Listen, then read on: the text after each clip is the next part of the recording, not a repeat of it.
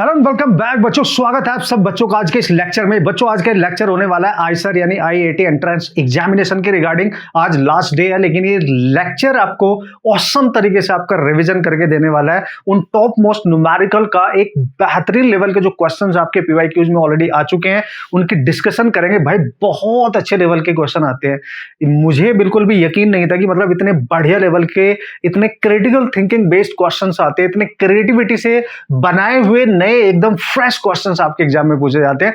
मतलब फिजिक्स में अगर 15 क्वेश्चन आ रहे हैं तो 15 में से 10 क्वेश्चन तो एक नंबर लेवल के क्वेश्चन है। मुझे ऐसा लगा मतलब उन क्वेश्चन को सॉल्व करते हुए, उनको देखते हुए कि यार बहुत ही फ्रेश और अच्छे से डिजाइन किए गए हैं। ऐसे नहीं कहीं से रेफरेंस ले लिया गया या कहीं से इस तरीके से क्वेश्चन को ऐसे ही बना दिया गया। बहुत बढ़िया तरीके से क्वेश्चन को हर तरीके से डिजाइन किया गया। तो आई लव इट, राइट। ये बहुत बेहतरीन है, ये हर बच्चे को पता होना चाहिए, हर इंसान को पता होना चाहिए जो कॉम्पिटिशन की तैयारी कर रहा है मेडिकल नॉन मेडिकल साइड की। यार ये एग्जाम बहुत अमेजिंग होने वाला है, फ्यूचर में बहुत आगे जाने वाला है। भाई कुछ क्वेश्चन तो ऐसे थे ना आईआईटी लेवल के, एक नंबर क्रिएटिविटी थी उनमें, ठीक है। अगर छोटा सा भी क्वेश्चन था उसमें भी बहुत अच्छे से दिमाग लगा के कैलकुलेशन को डिफरेंट तरीके से सोच के सॉल्व करना था, ठीक है। दो चार क्वेश्चन तो ऐसे होते हैं जो थोड़े से इजी लेवल पे होते हैं, लेकिन मैक्सिमम क्वेश्चन का लेवल एक नंबर था बच्चों, ठीक है। तो इन क्वेश्चंस के थ्रू आपका रिवीजन हम करने वाले हैं और मजा आएगा, ठीक है। लास्ट डे है, all the very best for your entrance examination. जिस भी बच्चे ने भरा है, जिस बच्चों ने इस साल नहीं भरा, भाई नेक्स्ट के लिए प्लानिंग करने ला, एक नंबर तरीके से आपका चांस है। 7 टॉप मोस्ट जितने भी आईसर के सेंटर्स हैं, आईआईटी में जाने का, आईआईएससी में जाने का, इससे बड़ी अपॉर्चुनिटी नहीं हो सकती। बस एक दिक्कत यही है कि नॉन मेडिकल स्टूडेंट को बायो भी देनी पड़ेगी और बायो वाले स्टूडेंट को नॉन मेडिकल का मैथमेटिक्स का पेपर भी देना पड़ेगा। और जो लेवल ऑफ क्वेश्चन है वो एक नंबर है, इसमें कोई शक नहीं। आपको बहुत अच्छे डेप्थ तरीके से जाके क्वेश्चन को सॉल्व करने पड़ेंगे। तो जल्दी से चल लेते हैं। The very first question guys जो हम डिस्कस करेंगे, जो सेलेक्ट किए मैंने आप सबके लिए, मे बी टोटल 25 क्वेश्चन होंगे जिनके थ्रू आपके कंसेप्ट रिवाइज हो जाएंगे, आपको लेवल ऑफ क्वेश्चन का पता चलेगा, थोड़ा आप मेंटली प्रिपेयर हो जाएंगे कि यार अगर क्वेश्चन आया तो मुझे बहुत आराम से सॉल्व करना है, उसको बस करेक्ट करना है उसको, ठीक है। इस तरीके से आपने ध्यान देना है। तो वेरी फर्स्ट क्वेश्चन आप देख लो, बहुत बढ़िया क्वेश्चन है, इसमें कोई शक नहीं है। इन the given circuit what is the closest approximate frequency eight which the ratio of we output over we input is 1/√2। बच्चों आपको आउटपुट ओवर इनपुट का वोल्टेज रेशियो दे रखा है 1/√2। अब डायग्राम को देखो, आपको पता लगाना पड़ेगा कहां पे आउटपुट है कहां पे इनपुट है, ये सब कुछ आपको यहां पे पता लगाना पड़ेगा। तो एक एसी सर्किट बच्चों आपको दे रखा है जहां पे इनपुट वोल्टेज लिखा हुआ है, दिस इज एसी सर्किट, है ना। देखो भाई अप्रोच सीख लेना, approach is very very important. Question तो तुम्हारे एग्जाम के, लेकिन approach is very very important कि कॉन्सेप्ट को सॉल्व कैसे करें, कंसेप्ट का यूज करके प्रॉब्लम को टैकल कैसे करें, ये बहुत जरूरी है, ठीक है। तो ये बहुत जरूरी है। देखो भाई ये कैपेसिटर है और ये आपका रेजिस्टेंस है, यहाँ पे हमने कनेक्ट कर रखा है। तो इस रेजिस्टेंस के अक्रॉस जिसकी वैल्यू दे रखी है 1000 ओम, इसके अक्रॉस कितना वोल्टेज मिल रहा है वो आउटपुट वोल्टेज है। मतलब इसके अक्रॉस जो वोल्टेज मिलेगा उसको बोला है उसने आउटपुट, यानी इसमें जो वोल्टेज मिले। तो गाइस इसमें कैपेसिटर भी आपको दे रखा है, कैपेसिटर की वैल्यू दे रखी है आपको, दैट इज 1/6 माइक्रोफैरड, ठीक है भाई। तो आपने बहुत ध्यान तरीके से अप्रोच कर लेना। देखो भाई यहाँ पे वोल्टेज का रेशियो तो हमें दे ही दिया है, तो आउटपुट किसके अक्रॉस मिलेगा, इसके। तो इसमें जो करंट जाएगी, ऑब्वियसली जो करंट जाएगी उसके अकॉर्डिंग हम निकाल सकते हैं। यानी करंट जाएगी तो हम लिखेंगे इसके आउटपुट क्या लिखेंगे, IR। तो I जो भी होगी इसमें, और R कितना है 1000 है, ये तो ऐसे निकल गया। अब सर हमें इनपुट वोल्टेज कैसे निकाले, तो जो AC से जो नेट करंट जा रही है वो इन दोनों में भी तो जा रही है ना भाई, इन दोनों में, यानी कैपेसिटर में भी जाएगी, यानी RC सर्किट है एक तरीके से। तो जो हम यहाँ पे इनपुट वोल्टेज निकालेंगे तो इनपुट करंट तो सेम रहेगी, दैट इज I। लेकिन जब ये करंट दोनों में जा रही होगी, कैपेसिटर में भी और रेजिस्टेंस में, it means you have to take impedance of the circuit and this is RC circuit and this is important here. तो ये बनेगा आपके पास, ठीक है भाई। तो इनपुट की वैल्यू भी आ गई। और Z कैसे निकालते थे याद करो, है ना। RC सर्किट है, R का स्क्वायर प्लस XC का स्क्वायर, याद है बॉस। तो यहां से आपका इनपुट वोल्टेज आ जाएगा। इनपुट और आउटपुट का रेशियो दे रखा है, दोनों वैल्यू पुट करेंगे। तो बहुत ध्यान से देखेंगे, इतनी जल्दी क्वेश्चन नहीं हो जाएगा, कैलकुलेशन बहुत शानदार है इसमें। ये आपने ध्यान रखना। देखो आउटपुट कितना है, तो 1000 I over I into under root में, चलो मैं इसको Z लिख लेता हूं अभी, ZD। उससे क्या होगा, थोड़ा आसान होगा क्वेश्चन को टैकल करना। ये हो गया कैंसिल, ठीक है। अब यहां पे लिखेंगे हम कितना, 1/√2, ठीक है सर। तो देखो Z इज इक्वल टू आ रहा है यहाँ पे √2 इंटू 1000, इतना आ रहा है भाई, इतना ओम आपका टोटल इंपीडेंस आ रहा है, ठीक है, इतना ओम आपका इंपेडेंस आ रहा है। अगर आपका इंपेडेंस आ गया तो मेरे को चाहिए क्या, बेसिकली फ्रीक्वेंसी चाहिए भाई, हर्ट्ज में फ्रीक्वेंसी चाहिए यानी एफ की वैल्यू चाहिए, है ना। तो आपको अब जस्ट इमेजिन करना है कि मैं क्वेश्चन को कैसे सॉल्व करूं, क्या तरीका हो सकता है। अगर मुझे फ्रीक्वेंसी निकालनी है तो मुझे जेड निकालना पड़ेगा, क्योंकि जेड में दोनों चीज है, एक्सी भी है आर भी है। आर पता है तो एक्सी निकाल लो। तो एक्सी क्या होता है कैपेसिटर के लिए, ओमेगा सी, कैपेसिटिव रिएक्टेंस। तो ओमेगा हम निकाल लेंगे बाद में। ओमेगा इंटू सी कितना दे रखा है 1/6, दैट इज 1/6 माइक्रो, माइक्रो ही है ना भाई, देख लेना, पिको फैरेड है, not micro farad, that is pico farad. ठीक है, तो ये भी आपने ध्यान रखना है। तो दिस इज योर 10⁻⁻12, ठीक है, 10⁻12। तो एक्स की ये वैल्यू यहां पे निकल के आ रही है। ठीक है, अब ये किसके इक्वल आ रही है, जेड के, तो जेड इसके इक्वल है टोटल। तो यानी मैं यहां पे लिख सकता हूं गाइज, अगर मैं यहां पे लिखूं उसको अंडर रूट में जेड की जगह लिखूंगा आर स्क्वायर प्लस, ठीक है, एक्स सी का square is equal to under root 2 into 1000, ठीक है, taking square on both side. तो यहां बचेगा R square plus X C का स्क्वायर, यहां पे आ जाएगा 2 इंटू 1000 का स्क्वायर कर दो ना भाई। ठीक है, तो हमें एक्स सी यहां से निकाल लेना है एक तरीके से। ठीक है, एक्स सी अगर हम यहां से निकालेंगे तो ये भी देखो आर 1000 का स्क्वायर ही है, और इसको इधर लेके जाओगे तो एक ही बचेगा, यानी एक्स सी स्क्वायर, ये भी 1000 है, ये भी, ये 2 इंटू 1000 का स्क्वायर है, ये केवल 1000 का स्क्वायर है, तो केवल 1000 का स्क्वायर बनेगा, यानी एक्स सी की वैल्यू 1000 ओम ही आ गई। अगर आप ध्यान से देखो एक्स सी की वैल्यू आपके पास 1000 ओम में आ गई। ठीक है, यानी आर और एक्स सी दोनों तो सेम ही आ गए। तो बस अब यहां पे वैल्यू आप पुट करो, देखो एक्स सी इक्वल टू 1000 ओम आ रहे हैं और एक्स सी 1/ω_c होता है। यहां पे जो मैं निकाल रहा था, यहां पे अब मैं दोबारा से यहीं पे लिख रहा हूं उसको।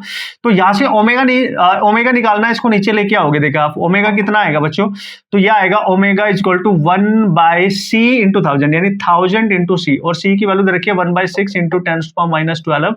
तो बच्चों यहां से जब आप इसको निकालोगे ना, 6 ऊपर जाएगा और ये -3 है, ये तो 10⁻9 भी ऊपर जाएगा। तो देखो ऑप्शन अगर आप ध्यान से देखो, ओमेगा को 2πf लिख सकते हो, 6 इंटू 10⁻9 लिख सकते हो, तो f आ जाएगा 6/2π इंटू 10⁻9। तो ये आएगा देखो 3/π इंटू 10⁻9। बच्चों लगभग ये वैल्यू देखो, पाई की वैल्यू होती है 3.14, तो ये बहुत कम आएगी, 1 से भी बहुत ही कम आएगी निकल के। तो लगभग इसका जो ऑर्डर आ रहा है फ्रीक्वेंसी का वो 10⁻9 हर्ट्ज में ही आएगा। तो उसने वैसे भी अप्रोक्सीमेट पूछा है, तो अप्रोक्सीमेट वैल्यू तो 10⁻9 हर्ट्ज के आसपास ही आएगी, क्योंकि भाई 3.14 है, ये 3 है, तो ऑब्वियसली 1 से कम ही आएगा वैल्यू, तो उसको हम नेगलेक्ट अगर कर दे तो अप्रोक्सीमेट वैल्यू 10⁻9 हर्ट्ज मिलेगी। तो very smart question, very smart. देखो कैलकुलेशन भी अच्छी खासी है, कॉन्सेप्ट भी आपको समझना पड़ेगा, जो डेटा दे रखा है उसके अकॉर्डिंग क्वेश्चन करना पड़ेगा। तो आइसर का क्वेश्चन है भाई, it just like Indian institute of technology, right. तो बेस्ट क्वेश्चन है, इसमें कोई शक नहीं है। ठीक है, बेस्ट क्वेश्चन है। नेक्स्ट क्वेश्चन देखोगे तो और भी मजा आएगा आपको समझने में क्वेश्चन को। ठीक है, अंडरस्टैंड जब आप करोगे, उसको सॉल्व करने की कोशिश करोगे, तो एक नंबर तरीके से आपके दिमाग के तार खुल जाएंगे, और भाई ये एक अमेजिंग तरीके का रिवीजन आपका हो जाएगा। आपको पता चल जाएगा, जो भी बच्चे ऐसे सोच रहे थे कि नहीं चलो दे के देख लेते हैं, भाई आपको लेवल ऑफ क्वेश्चन जरूर देख के जाओ, इनको प्रैक्टिस जरूर करके जाओ, एटलीस्ट आपका माइंड तैयार रहेगा एग्जामिनेशन सेंटर पे, राइट। बच्चों question number 2 very strong, conceptually very strong. तो देख सकते हो आप, 2 बार मैग्नेट है ए एंड बी, एंड एक नॉन मैग्नेटिक बार है सी, मतलब 2 मैग्नेटिक है, और उसके देखो यहाँ पे एक रिंग है। इस टाइप के क्वेश्चन आपने ऑब्वियसली क्लास में प्रैक्टिस करते हैं बच्चे, लेकिन यहाँ 3 दे रखी है, और 3 वाले तो यार नहीं किए होंगे ऑब्वियसली। तो आपने कॉन्सेप्ट वही लगाना है, उसी तरीके से लगाना है, but don't worry, this is the situation. ठीक है, तो ये पहली मैग्नेट है, इसका साउथ पोल है, ये नॉर्थ पोल है, ये इसका नॉर्थ पोल है, ये इसका साउथ पोल है, और ये नॉन मैग्नेटिक है, दिस इज नॉन मैग्नेटिक, ये नॉन मैग्नेटिक है। ठीक है, तो अगर ये नॉन मैग्नेटिक, आप खुद ही देखो ना, अगर ये तीनों की तीनों इसको अप्रोच कर रही है, कोई रिंग है, ठीक है, ये कोई रिंग है, सो इनको ड्रॉप किया जा रहा है in an identical manner, and 1 by 1 through the centre of the copper loop held horizontally, and the times taken by the bar A, B and C to reach the ground TA, TB and TC respectively, which one of the following relation is correct। तो अगर आप देख सकते हो यहाँ पे कि 1 by 1 जब इस वाले को छोड़ा जाएगा, तो ये इसको अप्रोच कर रही है, तो उसका मैग्नेटिक फील्ड इससे पास होगा, तो इसके अंदर से पास होने वाला मैग्नेटिक फील्ड इंक्रीज करेगा, आप सब बच्चों को पता है। तो अगर इससे पास होने वाला मैग्नेटिक फील्ड इंक्रीज करेगा, तो उसमें ऐसी करंट इंड्यूस करंट होगी जो इसके पास आने का अपोज करे, यानी अप डायरेक्शन में इसका अपोज करेगी। तो ये मैग्नेट जैसे जैसे इसको पास लाएगी, इस मैग्नेट इंड्यूस करंट की वजह से इस पे ऊपर को एक फोर्स लगेगा, तो वो इसका जो मूवमेंट होगा ना उसको थोड़ा स्लो तो करेगा ना, है ना, मतलब उसके जो टाइम है उसको इंक्रीज कर देगा, उसको बढ़ा देगा भाई, ये आप मान के चलो, ठीक है। तो अगर आप नॉन मैग्नेटिक वाली को देखो, मतलब इस पे कोई अपोजिशन नहीं लगेगा, जैसे इसको आप छोड़ेंगे तुरंत ये ड्यू टू ग्रेविटी नीचे गिरेगी, यानी सी वाले का जो टाइम होगा वो सबसे मिनिमम टाइम लेगा नीचे आने में, ये तो क्लियर है, क्योंकि उस पर कोई अपोजिशन काम कर ही नहीं रही है, जैसे ही छोड़ा तुरंत आ गया। लेकिन ये दोनों मैग्नेट है, इन दोनों पे अपोजिट डायरेक्शन में अपोजिशन काम करेगा, एक फोर्स काम करेगा ड्यू टू इंड्यूस करंट, ये तो समझते हो ना, है ना। तो चूंकि ये पास करेगा और जब फ्लक्स इंक्रीज करता है तो उसके अपोज करने के लिए इसमें एक करंट क्रिएट हो जाएगी जो उसका अपोज करेगी, तो नीचे को आने की कोशिश कर रहा है, उसका अपोज कर रहा है, तो ओवरऑल जो नेट फोर्स उस पर डाउन लग रहा है तो कम हो जाएगा, है ना, तो उसको टाइम ज्यादा लगेगा नीचे तक गिरने में, है ना। Try to understand. अब आपको पता है ये भी मैग्नेट है, ये भी मैग्नेट है, हालांकि जब इसको ड्रॉप किया इसका नॉर्थ पोल अप्रोच कर रहा था, तो ये अपोज करने के लिए इधर नॉर्थ पोल बना देगी, और जब ये साउथ पोल वाले को आप छोड़ेगा तो जब ये अप्रोच करेगा इधर साउथ, ये भी अपोज ही करेगा, इन दोनों को अपोज करेगा, और इन दोनों को अपोज करेगा, दोनों मैग्नेट है तो दोनों का समय सेम होगा, ए और बी का समय तो सेम होगा लेकिन ज्यादा होगा सी से, वेरी इंपॉर्टेंट, ज्यादा होगा सी से। जो मैग्नेट नहीं है उस पर अपोजिशन फोर्स नहीं आएगा, उसको कोई अपोज नहीं कर रहा है, तो ड्यू टू ग्रेविटी तुरंत नीचे गिरेगा, वो जल्दी गिरेगा। और ये दोनों मैग्नेट है, चाहे इसका नॉर्थ पोल अप्रोच करे साउथ, लेकिन अपोजिशन तो सेम ही रहेगा ड्यू टू मैग्नेट ऑब्वियसली, तो इनका टाइम जो पीरियड होगा वो सेम रहना चाहिए guys, and that must be the correct answer, right. तो है ना कमाल का क्वेश्चन टेक्निकली। तो ईएमआई से रिलेटेड एक प्यारा कॉन्सेप्चुअल क्वेश्चन है। तो कॉन्सेप्चुअल क्वेश्चन है, ऐसे क्वेश्चन अगर आए तो आपने कैसे टैकल करना है, आपके सामने है सारी की सारी चीजें, ठीक है भाई। कूल। जब अप्रोच करता है तो उसका अपोज करेगा ही करेगा, दूर जाता है तो भी अपोज करता है, फिर उसको अपनी तरफ अट्रैक्ट, इस तरीके की करंट बनती कि अपनी तरफ को अट्रैक्ट करने की कोशिश करता है, ठीक है। चलो भाई नेक्स्ट क्वेश्चन देखते हैं। तो है ना अमेजिंग, टेक्निकली स्ट्रॉन्ग, हर तरीके का क्वेश्चन मिलेगा, कॉन्सेप्चुअली स्ट्रॉन्ग मिलेगा, न्यूमेरिकली स्ट्रॉन्ग मिलेगा, यू नो इवन आपको कैलकुलेशन वाइज भी बहुत स्ट्रॉन्ग मिलेगा। जिस तरीके से नीट का क्वेश्चन बहुत अच्छा पेपर इस बार बनाया ना, मैं तो ये देख रहा था भाई, अगर आप 2017-18 से अब तक के पेपर देखोगे ना आईसर के, है ना IIT के, ठीक है, तो भाई आपको अमेजिंगली सरप्राइज हो जाएंगे। 15 ही क्वेश्चन आ रहे हैं फिजिक्स में, 15 ही केमिस्ट्री में, 15 ही मैथमेटिक्स में, 15 ही बायोलॉजी में। तो फिजिक्स के जितने भी क्वेश्चन है एक नंबर लेवल के इसमें, तो पहले से टफ लेवल टाइप के क्वेश्चन पूछे जा रहे हैं, है ना। नीट में तो चलो इसी बार आ गए, है ना। अगर उससे पहले की बात की भाई नीट वीट और जेईई मेन के जैसे करंट ईयर में क्वेश्चन बने तो इसके सामने टिकेंगे भी नहीं। अगर आप देखेंगे maximum number of question very very strong, conceptually, numerically, calculation wise सब कुछ स्ट्रॉन्ग है, ठीक है। चलो भाई क्वेश्चन नंबर 3 की बात की जाए तो उसने बोला transverse displacement of position x and time t in a string due to travelling wave. Travelling wave का डिस्प्लेसमेंट बच्चों दे रखा है, जो कि फंक्शन है उसकी पोजीशन और टाइम का, है ना, उसका जो डिस्प्लेसमेंट है, तो दैट इज 3 cos ऑफ, ये दे दिया आपको पाई एक्स माइनस 4 पाई टी, ये दे दिया भाई आपको, ठीक है भाई।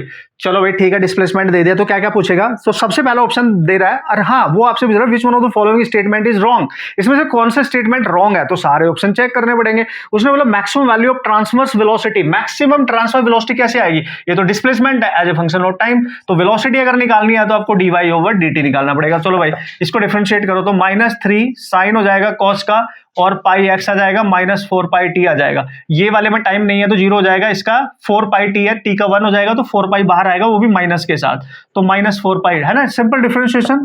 तो इसको आप मल्टीप्लाई कर लो तो 12 पाई आ जाएगा, एंड साइन ऑफ गाइस आ जाएगा पाई एक्स -4 पाई टी। वो बोल रहा है इसकी मैक्सिमम वेलोसिटी बताओ, अगर v की मैक्सिमम वेलोसिटी चाहिए बच्चों तो साइन को 1 होना पड़ेगा, तो 12 पाई मीटर है कि सेंटीमीटर है, मीटर है कि सेंटीमीटर ही आएगा भाई, ठीक है, तो दैट इज सेंटीमीटर। तो वो बोल रहा है कौन सा रॉन्ग है, तो 12 पाई सेंटीमीटर पर सेकंड है, ये तो ठीक आ रहा है, यहां तक तो आंसर, यहां तक तो भाई ठीक ही आ रहा है आंसर, ठीक है, ओके। फिर इसी में सेकंड पार्ट है वेवलेंथ भी बता दो। देखो भाई वेवलेंथ जब भी बच्चों निकालनी हो, x का जो कोफिशिएंट होता है वो k होता है। स्टैंडर्ड इक्वेशन की अगर मैं बात करूं, अगर आपको जनरल इक्वेशन याद करनी है तो y = a वेव की ट्रैवलिंग, तो that is kx minus plus omega T होता है। तो k का कोफिशिएंट, x का कोफिशिएंट k होता है, that is propagation constant, t का कोफिशिएंट ओमेगा, जिससे फ्रीक्वेंसी या टाइम पीरियड आप निकाल सकते हो। तो x की जगह आप पाई है तो x को हम k से रिप्लेस कर सकते हैं, दैट इज पाई, और k की वैल्यू होती है 2π/λ एंड दैट इज पाई, ये हो जाएगा कैंसिल बच्चों, तो लैम्डा आ जाएगा आपका, दैट इज 1/2, और अगर ये 1/2 आएगा तो 0.5 लैम्डा नहीं 2, सॉरी लैम्डा आएगा आपका 2, है ना, लैम्डा आ रहा है आपका 2, ये आ रहा है भाई 2, ठीक है, no problem, this is your value that is 2। और यहाँ पे अगर ये 2 आ रहा है तो ये x उसने सेंटीमीटर में दिया है ऑब्वियसली, तो ये लैम्डा भी सेंटीमीटर में आना चाहिए, तो लैम्डा की जो वैल्यू होगी 0.02 मीटर आनी चाहिए ना भाई, 0.02 मीटर आनी चाहिए, जबकि उसने दिया 0.2 metre. So this is wrong, the first option is wrong. जो उसका पहला पार्ट है 12 pi centimetre per second, that is correct, but lambda is not correct, है ना, दैट इज 0.2, है ना, वो होना चाहिए 0.02 मीटर। तो भाई वैसे तो यही करेक्ट होना चाहिए, लेकिन सारे ऑप्शन एक बार चेक कर लेते हैं क्योंकि सारी वैल्यूज अलग अलग दे रखी है। स्पीड ऑफ वेव उसने पूछी है, स्पीड ऑफ वेव प्रोपोगेशन। अच्छा, अगर उसने ट्रांसवर्स वेलोसिटी पूछी है तो हमने डिफरेंशिएट कर लिया, लेकिन अगर कभी भी बच्चों आपसे पूछे स्पीड ऑफ वेव, है ना, स्पीड ऑफ वेव और इक्वेशन गिवन हो, तो वेव की स्पीड को आप निकालते हैं ओमेगा बाई के से, यानी टी का कोफिशिएंट डिवाइड में एक्स का कोफिशिएंट, याद रखना ओमेगा बाई के, और ओमेगा कहां से मिलेगा, टी के कोफिशिएंट थे दैट इज 4 पाई, के कहां से मिलेगा दैट इज पाई, तो ये हो गया कैंसिल, तो वी आ गया 4 सेंटीमीटर पर सेकंड, ये वेव की स्पीड है ना, ध्यान से समझना भाई। हाँ, ये तो करेक्ट है, तो ये तो हमारा आंसर नहीं बनेगा क्योंकि उसने रॉन्ग वाला पूछा है, तो ये तो बिल्कुल करेक्ट बन रहा है। फिर वो बोल रहा है ट्रांसवर्स वेलोसिटी निकालो टी 0 पे और एक्स इतने पे। अच्छा, जो ट्रांसवर्स वेलोसिटी आई है ये वाली, मैक्सिमम नहीं, ये तो मैक्सिमम थी, ट्रांसफर इसी को निकालो। देखो यहाँ पे वैल्यू पुट करो, 12 पाई sine of pi into x की वैल्यू कितनी दे दी भाई, एक्स की वैल्यू दे दी 0.25 और -4 पाई ये दे दिया 0, तो बच्चों आ जाएगा 12 पाई, और ये देखो यहाँ पे आ जाएगा पाई बाई 4 साइन ऑफ, देखो 25 है ना, 0.25 है ना, तो 100 आएगा तो पाई बाई 4 आएगा, और पाई बाई 4 आप सब बच्चों को पता है क्या होता है, ठीक है, तो दैट इज 1/√2 यानी 6√2 पाई आ रहा है भाई, 6√2 पाई आ रहा है सेंटीमीटर पर सेकंड, ये भी करेक्ट है, तो ये भी हमारा आंसर नहीं बनेगा। तो अभी तक पहला ऑप्शन हमारा रॉन्ग दिख रहा है। लास्ट वाला देख लेते हैं, maximum value of transfer acceleration, ले ये और करना पड़ गया। तो अगर एक्सेलरेशन निकालना है, जो वेलोसिटी आई थी ना, instantaneous velocity as a function of time, इसको डिफरेंशिएट कर लो, तो ए आ जाएगा आपका डीवी ओवर डी। आप देख पा रहे हो अच्छा खासा क्वेश्चन है कि नहीं है, सब कुछ यूज कर लिया उसने, ठीक है। तो हम क्या करेंगे, हम करेंगे भाई इसको डिफरेंशिएट करेंगे, तो साइन का तो कॉस हो जाएगा, और ये टी का कोफिशिएंट 4 पाई माइनस बाहर आएगा, तो -12 पाई इंटू 4 पाई बाहर आएगा, और ये कॉस हो जाएगा, और ये पाई एक्स माइनस 4 पाई टी होगा, है ना, अंडरस्टूड। कॉस को मैक्सिमम वैल्यू 1 कर दो, तो ए जो आएगा वो ए मैक्स आ जाएगा, ए मैक्स आएगा माइनस, और ये भी minus minus minus, that is 4 into 12, है ना, तो दैट इज 48 पाई स्क्वायर। एक बार चेक कर लेंगे, 48 pi square centimetre per second square, सही आ रहा है यार, और माइनस माइनस प्लस हो जाएगा तो सेंटीमीटर पर सेकंड स्क्वायर, है ना, this is centimetre per second square, तो ये भी सही आ रहा है यार, ठीक है। तो अगर देखा जाए 4 pi centimetre, no no no no no, अगर आप ध्यान से देखो ना, बी ऑप्शन में मेरा जो आंसर आया 4 सेंटीमीटर पर सेकंड आया भाई, लेकिन जो इसने दिया है वो 4 पाई सेंटीमीटर पर सेकंड है भाई, वो भी रॉन्ग है, वो रॉन्ग है ना, बी ऑप्शन इज रॉन्ग, ये करेक्ट है, ये तो करेक्ट है। तो अकॉर्डिंग टू दिस यहाँ मोर देन वन ऑप्शन तो नहीं बन रहे हैं, लेकिन इसने 2 ऑप्शन को तो रॉन्ग करा दिया भाई। पहले ऑप्शन करेक्ट हो सकता था, I mean according to concept correct हो सकता था, लेकिन उसने रॉन्ग पूछा, लेकिन वो रॉन्ग निकल गया क्योंकि उसकी वेवलेंथ 0.02 मीटर आ रही, तो उसमें 2 बैठ रहे हैं यार, पहला भी दूसरा भी, तो चेक कर लेना एक बार बढ़िया तरीके से, क्योंकि हमारी जो स्पीड आ रही है वेव की वो 4 सेंटीमीटर पर सेकंड आ रही है, जबकि उसने दिया 4 पाई, तो पाई तो नहीं होना चाहिए, that is the most correct, कि वो रॉन्ग तो वही है। और पहले वाले में भी अगर 0.02 मीटर होता तो वो भी करेक्ट होता, लेकिन फिलहाल वो रॉन्ग है, तो मेरे ख्याल से तो 2 इसमें रॉन्ग दिखाई दे रहे हैं, बाकी एक बार आप चेक करेंगे, ठीक है। चलो भाई, अप्रोच करना सीख लिया, कैसे क्वेश्चन को अटेंड करना है। जो नेक्स्ट क्वेश्चन है ना प्रोजेक्टाइल से रिलेटेड, एक नंबर तरीके का क्वेश्चन है, बेस्ट क्वेश्चन है भाई, ठीक है। चलो भाई बच्चों ध्यान से देखना और कॉन्सेप्ट को समझने की कोशिश करना, वेरी वेरी स्ट्रॉन्ग, राइट। उसने बोला an electron of mass m and charge is projected with a speed v making an angle theta with respect to the top electrode of the parallel plate capacitor, जैसे कि चित्र में दिखाया गया। भाई 2 plate है कैपेसिटर की, देख लो आप, ये पहली प्लेट है, ये दूसरी प्लेट है, ठीक है, this is the first plate and this is the second plate. अगर इस पे पॉजिटिव चार्ज है, आप समझेंगे, तो इस पे नेगेटिव चार्ज होगा, जो क्योंकि इलेक्ट्रिक फील्ड की डायरेक्शन डाउन दे रखी है, तो प्लस से माइनस की तरफ जाएगा ना इलेक्ट्रिक फील्ड, तो ठीक है। और एक इलेक्ट्रॉन को यहाँ से प्रोजेक्ट किया गया, लेट्स सी यहाँ पे इलेक्ट्रॉन है, उसके 3 पाथ बनाए गए हैं। एक पाथ तो इलेक्ट्रॉन का ऐसे बना दिया कि ऐसे जाएगा, एक पाथ ऐसे करके बना दिया, और एक पाथ उसने ऐसे करके बना दिया कि भाई ऐसे होगा, ठीक है। तो ये 3 पाथ है, ठीक है, ये पाथ सी है, ये बी है, और ये पाथ ए है।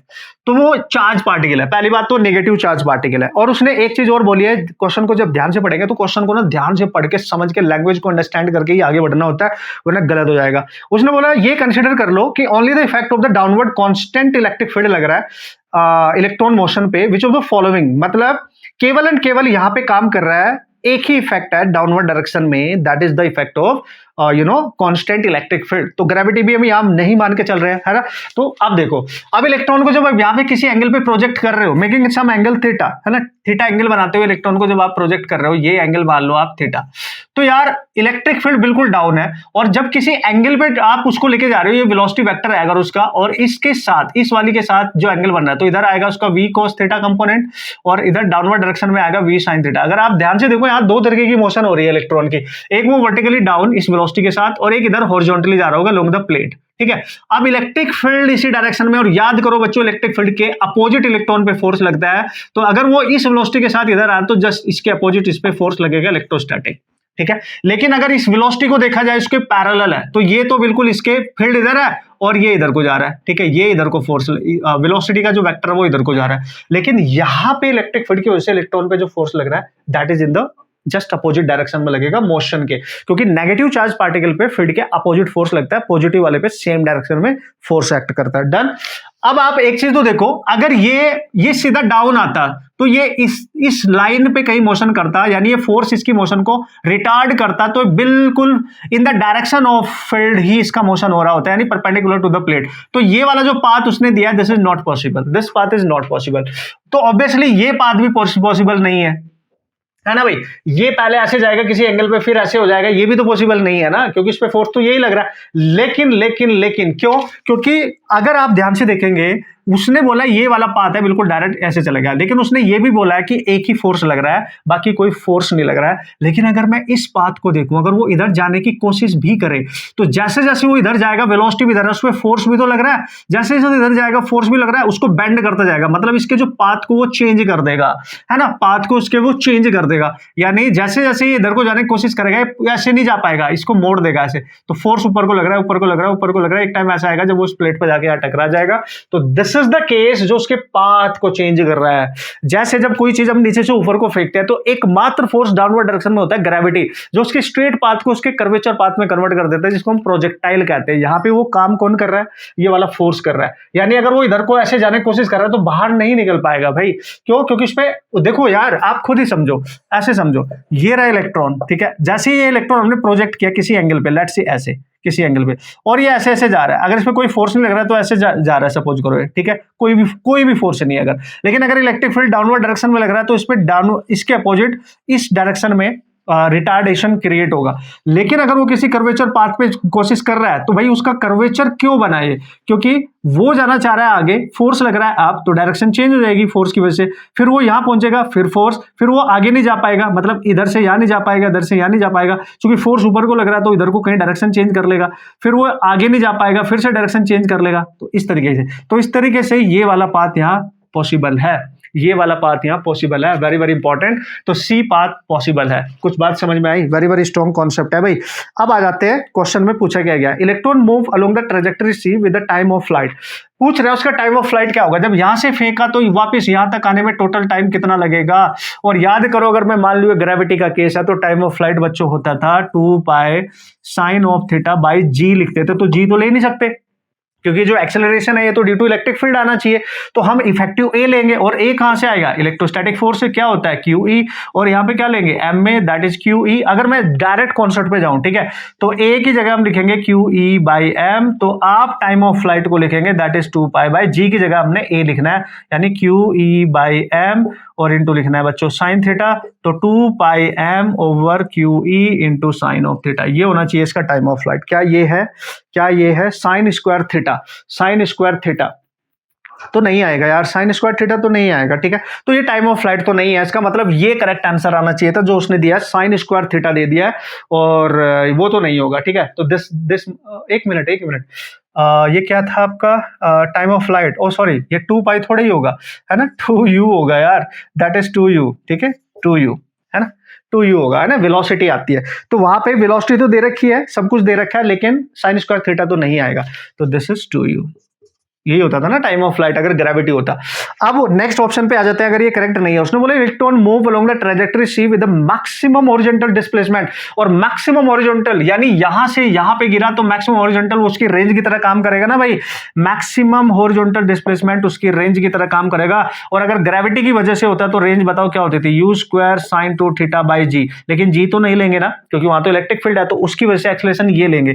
यहां पुट करो तो यहां पे हम लिखेंगे U square sine of 2 theta by, तो बच्चों यहां लिखेंगे Q E by M, M ऊपर जाएगा तो M U square sine of 2 theta by Q E, ये बनना चाहिए इसका correct answer. This should be the range, this should be the range M V square sine 2 theta by Q E, और Q की जगह क्या लिखेंगे, इलेक्ट्रॉन का चार्ज, यस तो यहाँ ई लिख लेना, यस ये मैच कर रहा है, ये मैच कर रहा है। तो बाकी ऑप्शन तो हटा ही दो, है ना, उसने बोला कि electron move along the trajectory है, ए पे तो जाएगा ही नहीं, दिख भी रहा है आप लोगों को, ठीक है, और electron move along the trajectory B पे भी नहीं जाएगा, फाइनल जो वेलोसिटी है V cos theta parallel to the electrodes, ठीक है, विद दैट, है ना, बी पे भी नहीं जाएगा क्योंकि वो फोर्स उस पर एक्ट करता ही रहेगा जब तक वो प्लेट के अंदर है, तो इलेक्ट्रोस्टैटिक फोर्स उस पर एक्ट करता ही रहेगा।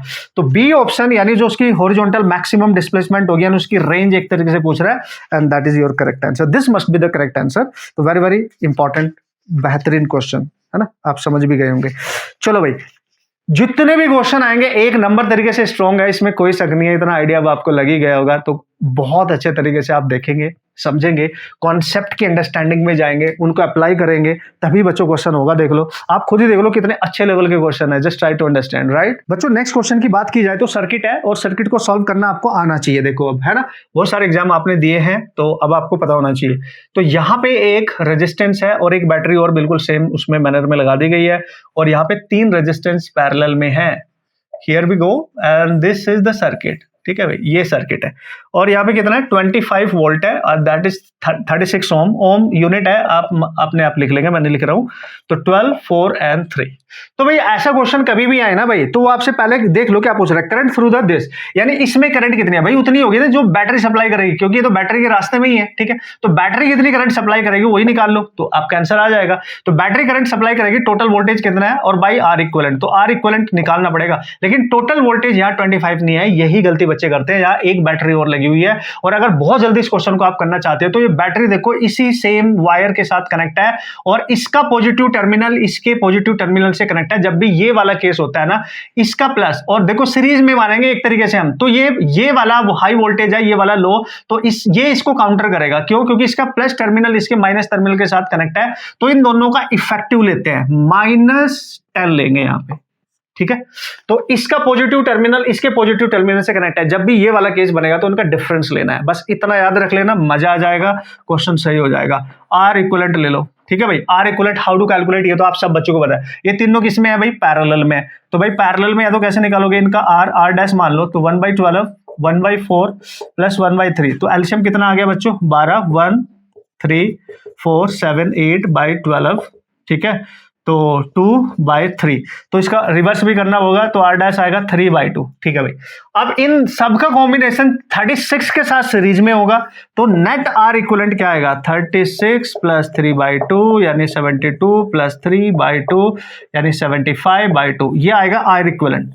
Check it out, right, you just put here, तो दिस इज 15/75, 2 ऊपर जाएगा, ये 5 आ गया, तो दैट इज 2/5। तो चेक कर लो भाई अपना करेक्ट आंसर, दिस इज 2/5। तो इसमें कोई दिक्कत नहीं थी, बस एक सिली मिस्टेक बच्चा कर सकता था कि 2 बैटरी दे रखी है, जल्दी जल्दी के चक्कर में कहीं वो इसको यूज ना करने, अदरवाइज केवीएल वगैरह यूज क्यों करना, आप इस कंसेप्ट को याद रखेंगे, सीरीज में 2 बैटरी कनेक्टेड है, प्लस से प्लस टर्मिनल कनेक्ट है, तो माइनस से माइनस कनेक्ट है, तो समझ लो उनका डिफरेंस ही लेना है आपने, ठीक है। नेट जो आएगा इफेक्टिव ईएमएफ कहते हैं उसको, ठीक है ना, वैसे भी आप केवीएल यूज करोगे तो भी वही आएगा, उससे टाइम बढ़ जाएगा थोड़ा कैलकुलेशन का, उससे बेटर है आप डायरेक्ट इस क्वेश्चन को हैंडल करेंगे, ठीक है भाई।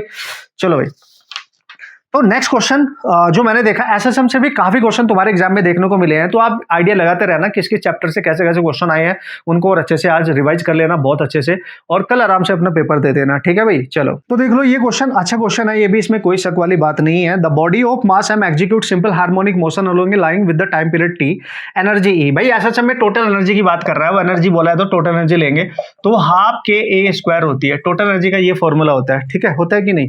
तो what is the magnitude of maximum acceleration of the body. बच्चों अगर आपको मैक्सिमम एक्सेलरेशन चाहिए बॉडी का तो उसको आप कैसे सॉल्व कर सकते हैं ये आपको समझना पड़ेगा थोड़ा सा। मैक्सिमम एक्सेलरेशन है ना, मैक्सिमम एक्सेलरेशन का फॉर्मूला लिख लो। एसएचएम में क्या होता था, a max that is a omega, ठीक है, यही होता था। ए मैक्स नहीं, ए ओमेगा स्क्वायर होता था, क्योंकि ए ओमेगा तो मैक्सिमम वेलोसिटी होती है। तो ये फॉर्मूले हैं छोटे छोटे, याद रखने चाहिए। तो अगर ए मैक्स निकालना है ना भाई, तो उसने जो आंसर किया है, उसने आंसर किया है टाइम पीरियड के टर्म्स में और एनर्जी के टर्म्स में, ठीक है। तो ए एम्पलीट्यूड है, ये हमारे को हटाना पड़ेगा, और ओमेगा को हम 2π/t लिख सकते हैं। चलो ये तो बात बन गई, ठीक है, ये तो बात बन गई। अब क्या कर सकते हैं सर, टोटल एनर्जी हाफ के, और के क्या होता है सर, के होता है बच्चों आपका जो वहां पे कांस्टेंट वैल्यू होती है वो के की वैल्यू होती है ऑब्वियसली। तो उसको हम कैसे हटा सकते हैं, हटा सकते हैं उसको।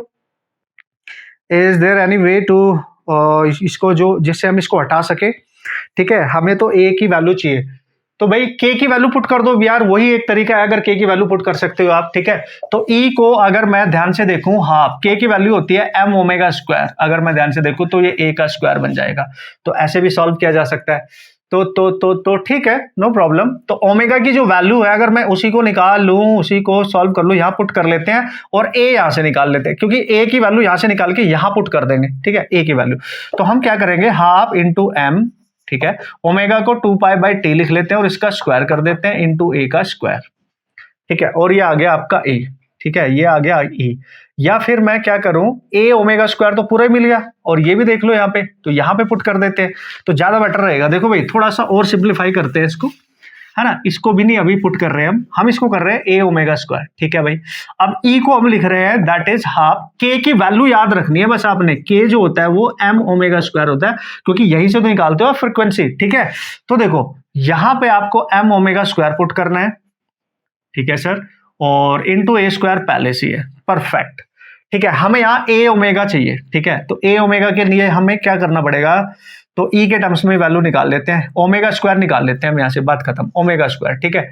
ओमेगा स्क्वायर नहीं, ओमेगा के तो टर्म्स में चाहिए हमें, ए ही निकालना पड़ेगा, ए ही निकालना पड़ेगा।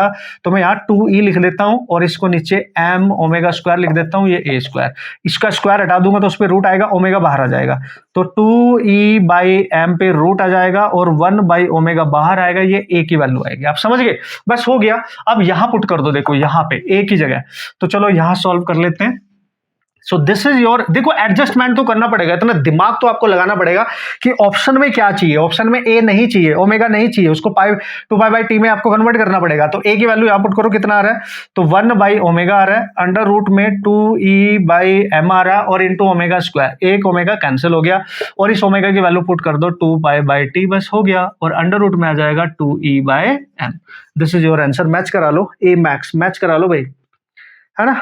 और इसने ना जो 2 है वो बाहर ले लिया रूट से, तो 2√2 लिख लेना, 2√2π अंडर रूट e/m आ जाएगा उसमें, और डिवाइड में टाइम, ठीक है, नो प्रॉब्लम, ठीक है, कूल, सुपर कूल। तो बढ़िया क्वेश्चन है कि नहीं है, डायरेक्ट फॉर्मूला बेस्ड है, लेकिन एडजस्टमेंट तो करनी पड़ रही है, दिमाग तो लगाना पड़ रहा है। बिल्कुल सर, दिमाग लगाना पड़ रहा है भाई, इसी के तो पैसे हैं बॉस, यही तो चाहिए। नेक्स्ट क्वेश्चन, अमेजिंग क्वेश्चन, बढ़िया क्वेश्चन है ना, no doubt, that is really awesome question, ठीक है। चलो बच्चों सर्किट देख लो, सर्किट देखते ही आपको समझ आ जाएगा, बेस्ट क्वेश्चन है। What are the charges stored in 2 microfarad and 4 microfarad capacitors in the given circuit. Okay, तो लेट्स सी। तो भाई यहाँ पे एक रेजिस्टेंस है, एक रेजिस्टेंस यहाँ पे है, ठीक है, और एक कैपेसिटर यहाँ पे कनेक्टेड है, एक कैपेसिटर, दोनों कैपेसिटर सीरीज में है, तो दोनों में चार्ज सेम हो गया, तो परफेक्ट हो गया, ये तो पहले ही क्लियर हो गया, ठीक है। इसमें तो कुछ भी सोचने का इस नहीं, दोनों की दोनों देखो, 2 माइक्रोफैराड, ये कितना है भाई, 4 माइक्रोफैराड है ना, 4 माइक्रोफैराड, और ये कितना है 4 ohm, and this is 2 and this is 2 and this is 4, और ये 12 वोल्ट है, ठीक है, दिस इज 12 वोल्ट, और यहाँ पे एक की लगी है, यहाँ पे एक की लगी है भाई, ठीक है, ये की लगी है, समझ गए, दिस इज द सिचुएशन। यार एक चीज देखो आप, यहां से पॉजिटिव चार्ज जब जाएगा तो इसमें जो भी चार्ज जाएगा इस वाली में, वो दोनों में सेम ही जाएगा, क्योंकि दोनों सीरीज में है, तो दोनों का जो आंसर तो सेम ही आएगा। तो वो ऑप्शन ढूंढो जिनमें दोनों में सेम है भाई, सारे ही वैसे ही है, नहीं एक को छोड़ दो, नहीं 2 को छोड़ दो, सी और डी तो बिल्कुल हटा दो, जिनके ऑप्शन सेम नहीं है, जिसके सेम है वो बचे। अब 8 माइक्रोकूलम होगा, 8 या 18 होगा, ये आपको चेक करना पड़ेगा। देखो भाई, अगर इसमें चार्ज निकालना चाहते हो इन दोनों में, ठीक है, खुद ही देख लो आप, अगर इसमें निकालना चाहते हो तो इनके एंड के अक्रॉस, लेट्स सी ये AB एंड है, पोटेंशियल निकाल लो ना। अगर इसमें जो भी चार्ज आएगा वो क्या होता है, CV, तो V किसके अक्रॉस आएगा, इस पूरी ब्रांच के अक्रॉस, यानी AB। पोटेंशियल डिफरेंस डिफरेंस आ गया और सी पता ही है सबका टोटल कितना है, तो चार्ज भी आ जाएगा भाई, कोई दिक्कत वाली बात नहीं है। तो अब हमें यहां से यहां तक पोटेंशियल निकालना है। जब की को क्लोज कर दोगे तो पोटेंशियल निकालने का सबसे बेस्ट तरीका आपको यहाँ पे दिख भी रहा होगा। आपको पता है स्टडी स्टेट में क्या होता है, ये बैटरी जब करंट देगी इसमें भी जाएगी, इसमें भी जाएगी, इसमें भी जाएगी, इसमें इन सब में करंट जाएगी, लेकिन इस ब्रांच में नहीं जाएगी। ठीक है, तो देखो सारे के सारे रेजिस्टेंस जो दिख रहे होंगे बच्चों, इस टाइप का क्वेश्चन आता है सीरीज में, तो टोटल करंट निकाल लो। टोटल करंट आएगी 12/R इक्विवेलेंट। देखो 4 6 6 12 ही आ गया, तो 12 ही आ गया, सारे रेजिस्टेंस सीरीज में है, तो 1 एम्पियर करंट आ गई।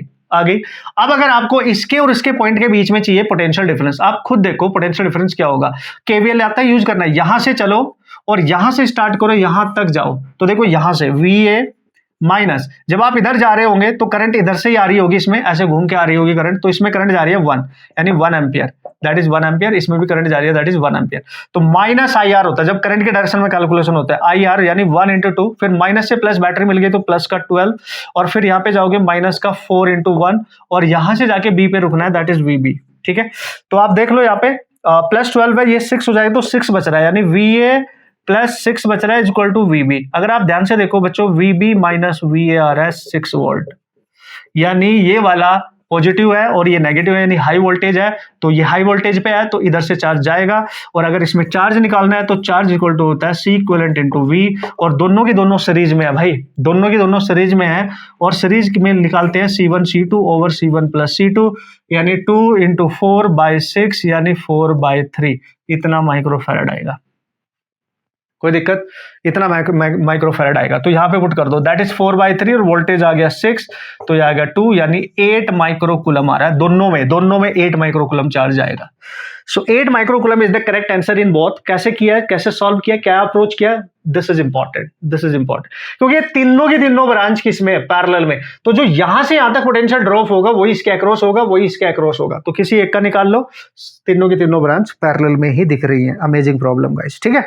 चलो, hope so you understood, and इस टाइप के क्वेश्चन बहुत बार देखे गए हैं एग्जाम के अंदर, तो आपको अप्रोच करना आना चाहिए, बेसिक कंसेप्ट सारे क्लियर होने चाहिए, साइन कन्वेंशन एंड ऑल, ये सब कुछ परफेक्टली हर बच्चे को पता होना चाहिए।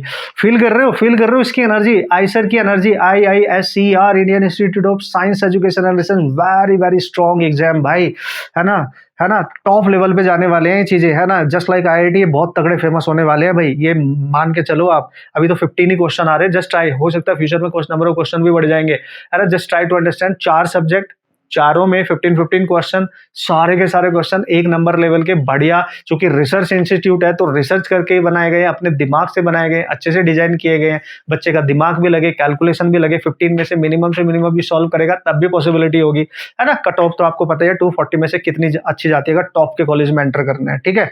चलो नेक्स्ट क्वेश्चन देखते हैं। नेक्स्ट क्वेश्चन भी अच्छा क्वेश्चन है बच्चों, देखो छोटा सा है, प्यारा सा है, लेकिन दिमाग लगाने के छोड़ दिया कि लगाते रहो दिमाग मस्त तरीके से। Consider a point charge plus Q moving with constant velocity. बस यहाँ पे यही ध्यान देना है कि चार्ज पार्टिकल की जो वेलोसिटी है VK कैप, यानी अगर ये x डायरेक्शन है बच्चों, ये y डायरेक्शन है और ये z डायरेक्शन है, तो जो पार्टिकल है देख लो वो इस डायरेक्शन में जा रहा है ना। और सबसे बढ़िया बात है कि उसकी जो वेलोसिटी दे रखी है that is the constant velocity, that is VK cap, है ना। K कैप, K वेक्टर है तो ऑब्वियसली z एक्सिस के लोग ही होगा, और इसकी जो मोशन हो रही है वो दोनों टाइप के फील्ड में हो रही है, इलेक्ट्रिक और मैग्नेटिक, बस यही ध्यान रखना है। इलेक्ट्रिक फील्ड कितना दे रखा है, इलेक्ट्रिक फील्ड देख लो भाई, EX I cap plus EY J cap, और मैग्नेटिक फील्ड कितना दे रखा है, magnetic field vector that is BX I cap and BY J cap. जब दोनों ही फील्ड हो तो भाई चार्ज पार्टिकल पे नेट फोर्स कितना लगेगा, याद आया, Lorentz force, Q electric field plus V cross B, Lorentz force लगेगा ना भाई। तो वो आपसे पूछ रहा है which one of the following relation is correct. अगर ऐसे केस है कि वो दोनों फील्ड में जा रहा है और उसकी वेलोसिटी कांस्टेंट है, बच्चों यहीं से समझो फोर्स कैसे निकालूं। जब वेलोसिटी कांस्टेंट होती है तो एक्सेलरेशन 0 होता है, तो उस पर एक्ट करने वाला नेट फोर्स भी 0 होगा, तो बस इसको 0 कर दो, है ना। E की वैल्यू पुट कर दो, तो EX I Kaif plus EY J Kaif plus V cross B निकालो, ठीक है, यहां से V क्रॉस B, और ये Q तो 0 में चला जाएगा, और सॉल्व करो उसको, ठीक है, सॉल्व करो, बस यही देखना है आपने, ठीक है भाई, इसको सॉल्व करना है आपने। तो हम लोग यहाँ क्या करेंगे, इसको इधर लेके आएंगे, माइनस ऑफ EX आ जाएगा I cap, minus of EY आ जाएगा J कैप, और वो उधर ही रहेगा। V क्रॉस B लिखो, V कितना है, K कैप, यानी VK कैप, और क्रॉस करो B के साथ, तो BX I cap plus BY J cap. Approach में देख लेना, बाकी तो आपको मल्टीप्लीकेशन तो आ ही जाएगा। अब K को आई के साथ मल्टीप्लाई कर रहे हो तो वी बी एक्स और के क्रॉस आई जे कैप आ जाएगा, क्रॉस मल्टीप्लीकेशन है भाई, और के क्रॉस जे है ना माइनस आई आएगा, तो इसको minus V B Y I cap आएगा, ये माइनस में आएगा, ठीक है। अब यहां minus E X I cap minus E Y J cap. अब आपने क्या करना है, एक्स और वाई के जो कोफिशिएंट है वो कंपेयर करने हैं आई के, तो आई का इसके साथ कंपेयर होगा, जे का इसके साथ कंपेयर होगा, क्वेश्चन बन गया आपका, ठीक है।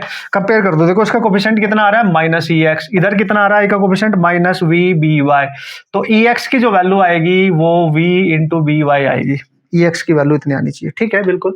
और अब जे वाले को कंपेयर कर दो माइनस ई वाई, ठीक है, इधर आ जाएगा, और इधर कितना आ रहा है जे वाले का साथ v इंटू बी एक्स आ रहा है, तो ई वाई की जो वैल्यू आएगी माइनस वी बी एक्स आएगी, देख लो भाई, वेलोसिटी इंटू बी एक्स यानी फील्ड इन एक्स डायरेक्शन, यस ये भी करेक्ट है। तो this is your correct answer. E x का वेक्टर वैल्यू कितना आया और ई वाई का in terms of magnetic field कितना आया, ये सब कुछ आपके सामने है, एंड दिस इज अमेजिंग। बस एक ही चीज थी, वेलोसिटी इसमें क्या थी, कांस्टेंट थी, एक्सेलरेशन 0 तो फोर्स 0, उसी इक्वेशन का यूज करो, क्वेश्चन आपका बन जाएगा अमेजिंग तरीके से। लेकिन क्वेश्चन अच्छा है, इसमें कोई शक वाली बात नहीं है।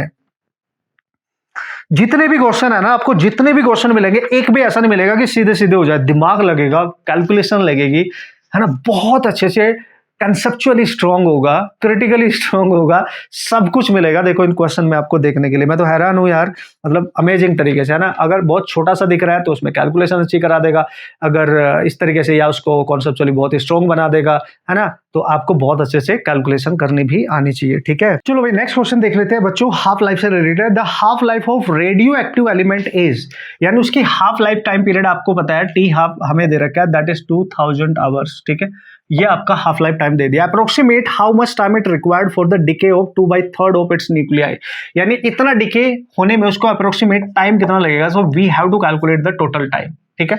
तो कितना डिके होने में, है ना, ये आपने ध्यान देना है। देखो अब आपको पता है जो अमाउंट ऑफ सब्सटेंस होता है n equal to n not 1/2 की पावर n होता है, नंबर ऑफ हाफ लाइफ्स होती हैं, लेकिन ये कौन सा अमाउंट होता है, जो रिमेनिंग अमाउंट होता है, रेस्ट अमाउंट होता है। तो रिमेनिंग अमाउंट आप कैसे निकालोगे, उसने बोला ये वो समय निकालो that is required for decay of 2/3 of its nuclei.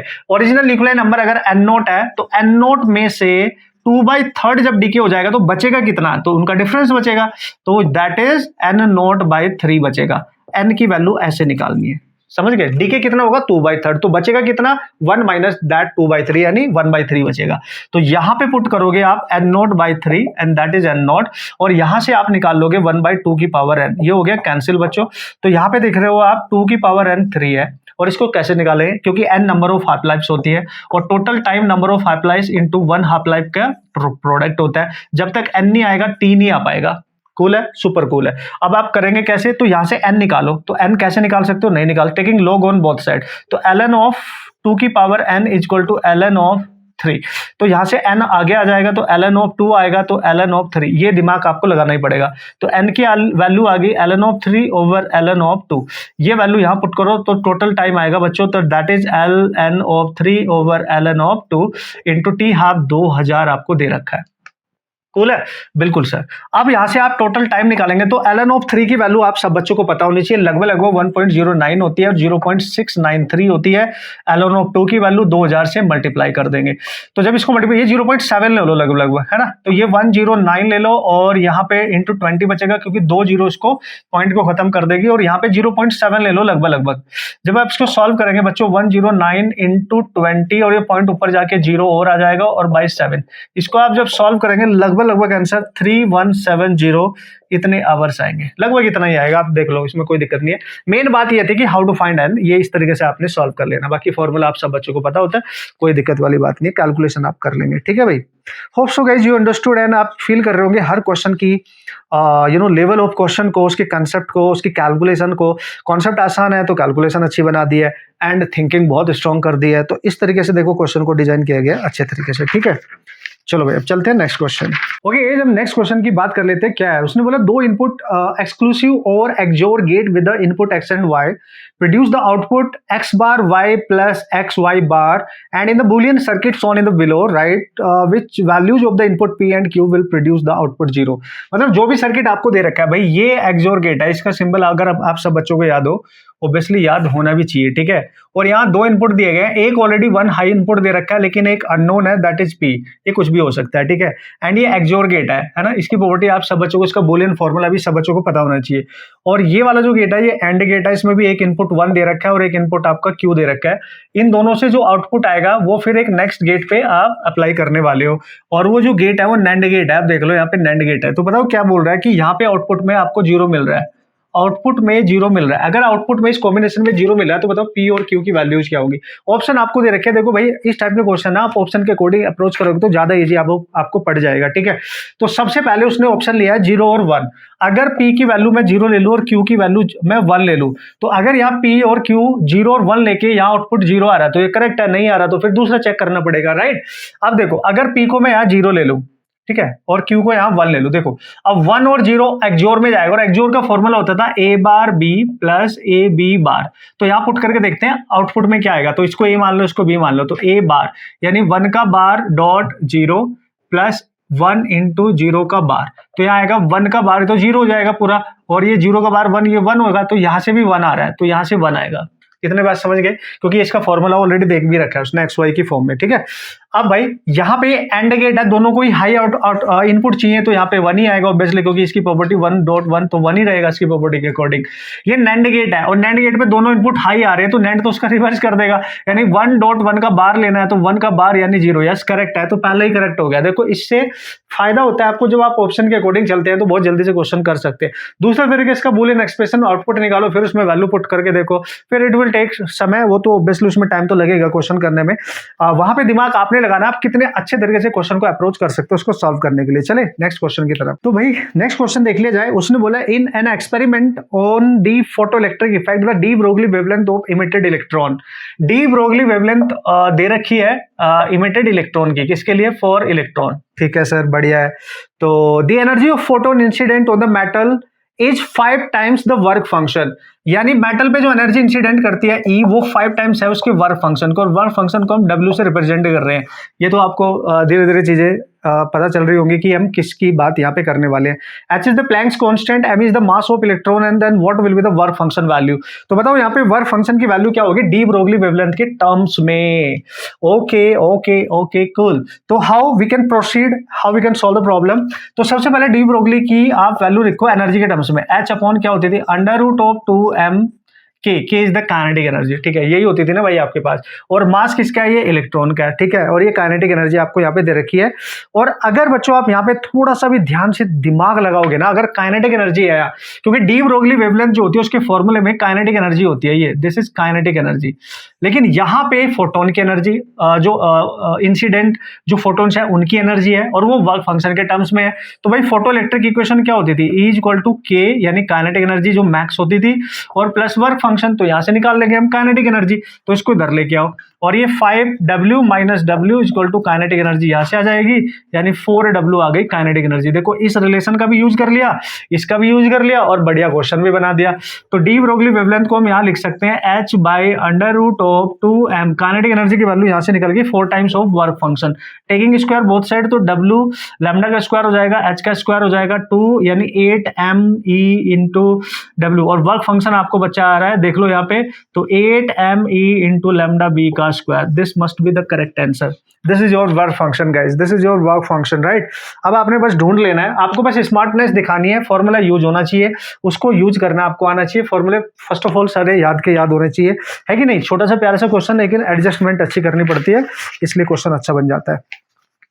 चलो भाई नेक्स्ट क्वेश्चन। और देखो यार जितने भी क्वेश्चन आप सॉल्व करने वाले हो अमेजिंग होने वाले, उनके सारे कॉन्सेप्ट अमेजिंग होने वाले हैं, इसलिए बहुत ध्यान से आपने हर चीज को अंडरस्टैंड करना है।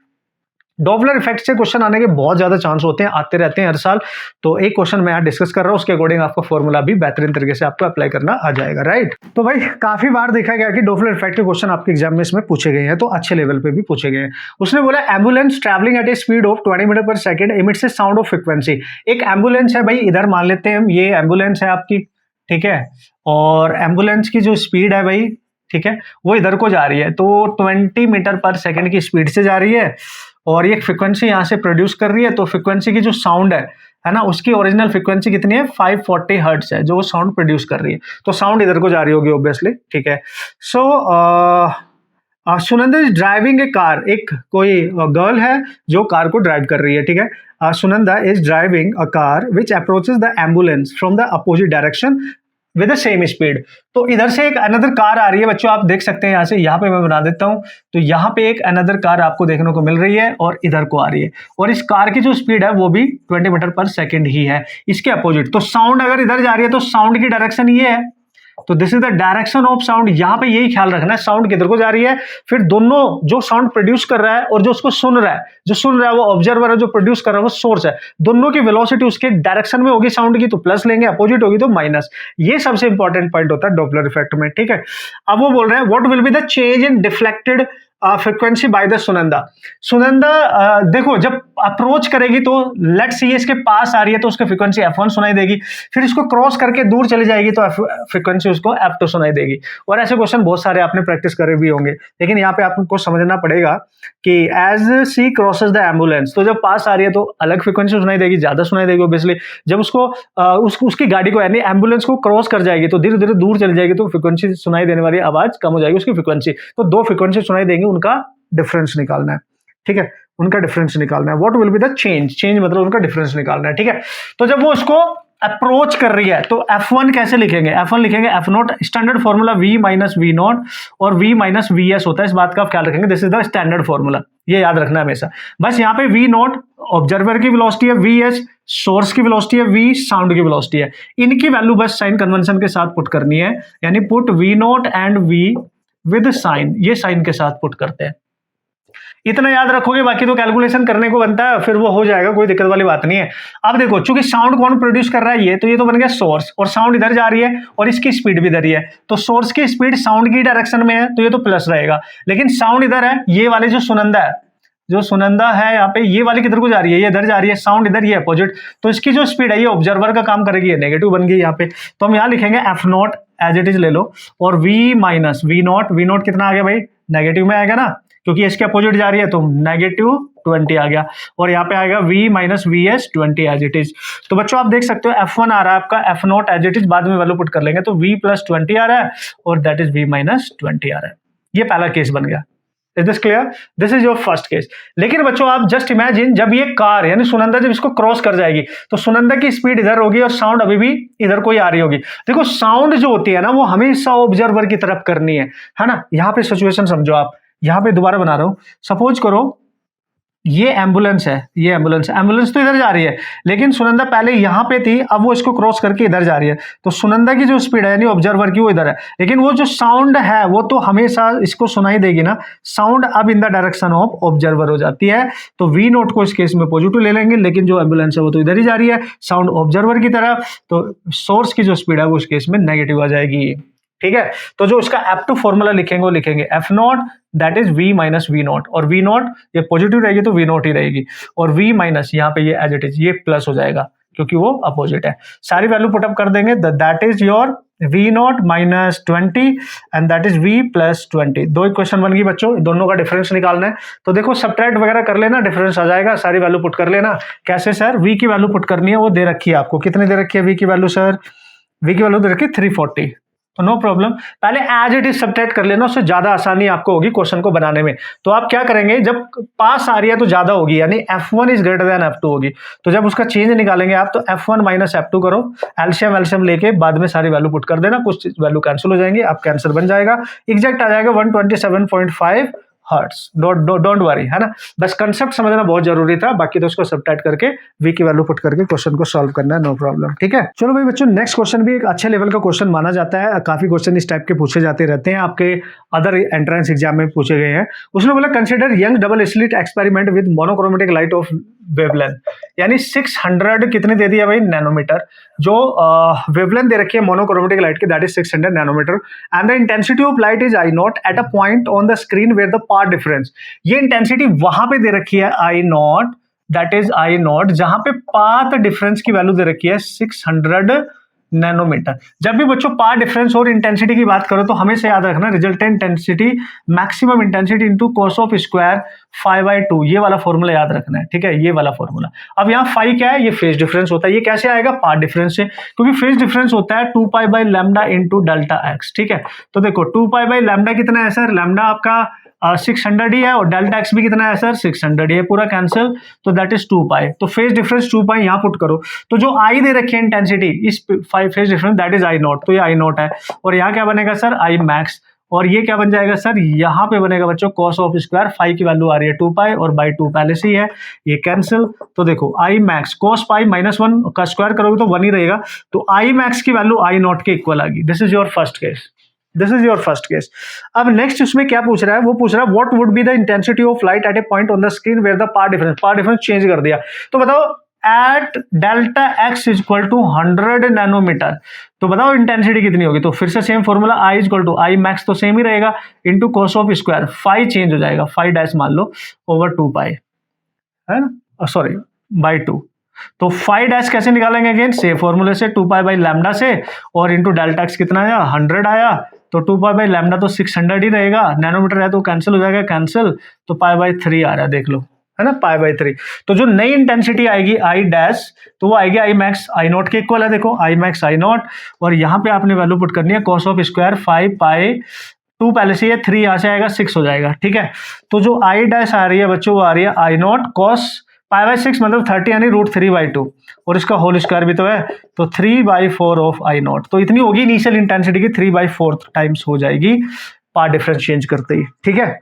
सो ये formula very important, you have to remember this formula to solve the problem based on this particular concept, तो ये बहुत जरूरी है आप सबके लिए, राइट। चलो भाई नेक्स्ट क्वेश्चन देख लिया जाए बच्चों, हालांकि आसान है लेकिन फिर भी चलो चेक कर लेते हैं। उसने बोला consider the mixture of oxygen nitrogen gases, oxygen and nitrogen gases है, इसका मॉलिक्यूलर अगर मास लिखना पड़े भाई मॉलिक्यूलर तो 32 होता है, और ऑक्सीजन का जो होता है भाई सॉरी नाइट्रोजन का 28 होता है, ये तो पहले ही लिख लिया करो आप जब भी गैस वगैरह गिवन होती है, और दोनों का टेम्परेचर सेम है, both are at same temperature that is 27 degree Celsius. बच्चों जब भी दो गैस हो या कोई भी गैस हो, नंबर ऑफ गैस हो, उनका टेम्परेचर अगर सेम रहता है तो उनकी जो एवरेज एनर्जी होती है ना, क्योंकि 3/2 kT होती है, टेम्परेचर के डायरेक्टली प्रोपोर्शनल होती है, टी सेम है तो ई तो सबका सेम ही रहेगा, ये तो आप पहले से याद रखेंगे है ना। गैसेस मिक्सचर में ई जो एवरेज एनर्जी होगी काइनेटिक, वो ऑक्सीजन हो चाहे कोई भी गैस हो, टेम्परेचर सेम है तो सबकी सेम रहेगी। अब ये वाले ऑप्शन तो हटा दो, अब आरएमएस स्पीड देख लेते हैं। आरएमएस स्पीड जब देखेंगे तो वी आरएमएस बच्चों होता है √3RT/m। देखो ये तो सब सेम हो गया, कांस्टेंट हो गया, यानी जो वी आरएमएस है वो उसके मोलिकुलर मास पे ही डिपेंड कर रहा है, जिसका ज्यादा उसकी कम। तो ज्यादा किसका है भाई 32 ज्यादा है, यानी वी आरएमएस ऑफ ऑक्सीजन कम होगी और वी आरएमएस ऑफ नाइट्रोजन ज्यादा होगी। Simple, this is the correct answer, this is the correct answer, बाकी चेक करने की आपको जरूरत नहीं है बच्चों, ठीक है।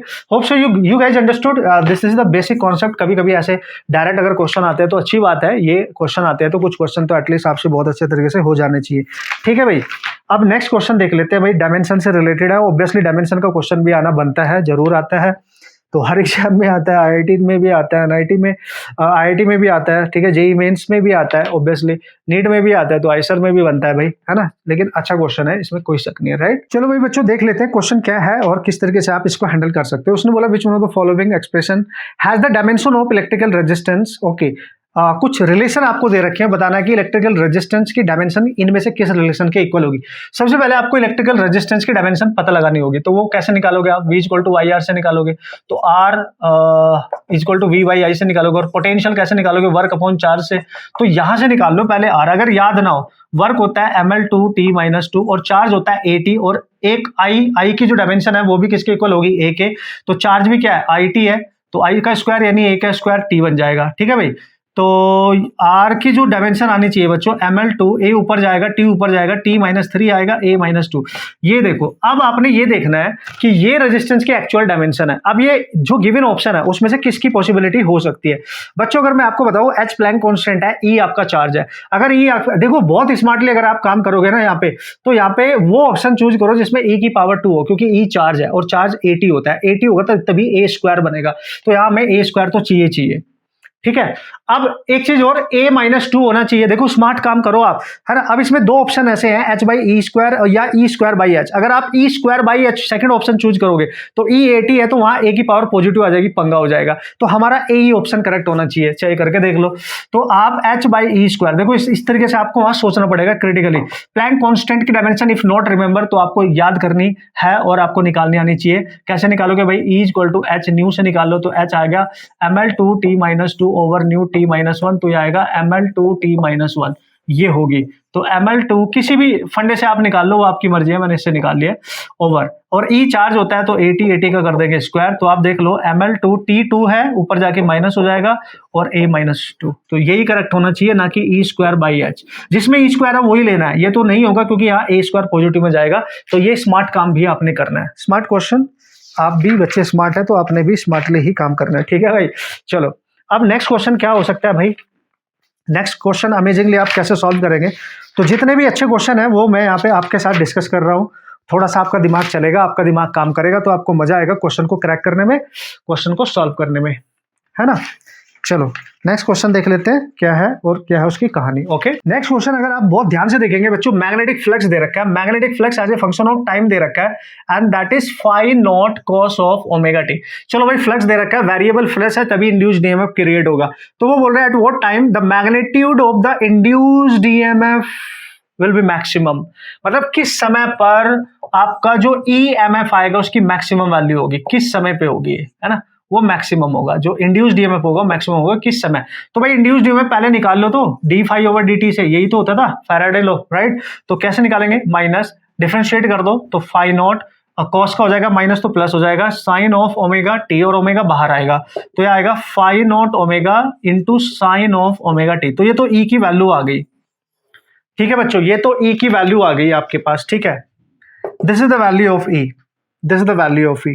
अब उसने बोला है कि magnitude of the induced EMF, है ना, at what time is the magnitude of induced EMF will be maximum, EMF is maximum. वो टाइम बताओ जब उसका जो ई होगा वो मैक्सिमम होगा। तो बच्चों इसका ई मैक्सिमम कितना होगा, इतना होगा, लेकिन किस समय पे होगा ये निकालने के लिए इसको एक बार फिर से डिफरेंशिएट करो, यानी डीई ओवर डीटी। अगर इसकी मैक्सिमम वैल्यू चाहते हो तो एक बार फिर से डिफरेंशिएट करो, उसकी स्लोप निकालो, उसको इक्वल टू 0 करना है। तो phi not omega into sine का करोगे तो कॉस, एंड ओमेगा टी का that is omega, that is square, और इसको 0 कर दो बच्चों। 0 करेंगे ना, देखो ये 0 में जाएगा तो कॉस ऑफ ओमेगा टी आएगा। अब जो कॉस ऑफ ओमेगा टी है वो 0 किस में होगा, कॉस ऑफ पाई बाय 2 पे होगा। तो ओमेगा टी क्या आ जाएगा, पाई बाय 2 आएगा, तो टी कितना आ जाएगा, pi by 2 omega. This is the correct one. इतना समय जब यहां पुट करोगे तो ई की मैक्सिमम वैल्यू निकल के आएगी। Got it. तो this is your answer, this is your answer. Best है, बेस्ट है, बिल्कुल है। तो इस तरीके से अप्रोच करेंगे, कोई दिक्कत वाली बात नहीं, क्वेश्चन आपको बन जाएगा, इसमें कोई दिक्कत नहीं है, राइट। चलो भाई अब ये क्वेश्चन देख लो, देखो खतरनाक और बेहतरीन क्वेश्चन है, इसमें कोई शक वाली बात नहीं है। तो ऐसे क्वेश्चन इससे पहले कभी किसी एग्जाम में नहीं देखे गए उस तरीके से, आईआईटी वाईआईटी को छोड़ के, अगर तो वेरी वेरी इंपॉर्टेंट क्वेश्चन, ठीक है। उसने बोला कि वेलोसिटी दे रखी है as a function of time, तो उसमें 3 फंक्शन दे रखे हैं अलग अलग टाइम पीरियड में, ये दे दिया, फिर अल्फा टी बाई 3 दे दिया, फिर आपको अल्फा टी माइनस टी दे दिया, और ये वाला जो वेलोसिटी है ये किस टाइम पीरियड उसमें इंटरवल में है, तो 0 to t/3 है, ये इसकी रेंज हो जाएगी। और ये वाला है t/3 से बच्चों, t की जो रेंज है वो 2t/3 तक है, और ये वाला है t दैट इज 2t/3 से लेके कंप्लीट टाइम t तक है। तो यार 3 फंक्शन है वेलोसिटी के, दिस दिस दिस।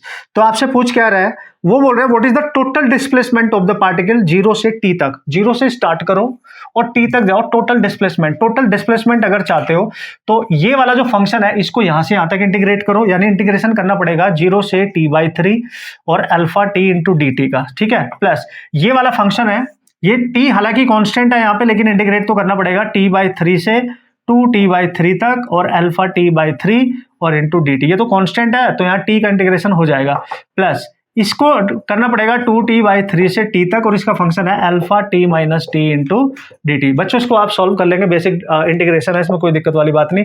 ये जब आएगा तो नेट आपका डिस्प्लेसमेंट आएगा, अल्फा बाहर आएगा, t का स्क्वायर बाई 2 बनेगा, लिमिट 0 से t/3 लगा देंगे, स्मॉल t की जगह ये लिखना बस, ठीक है।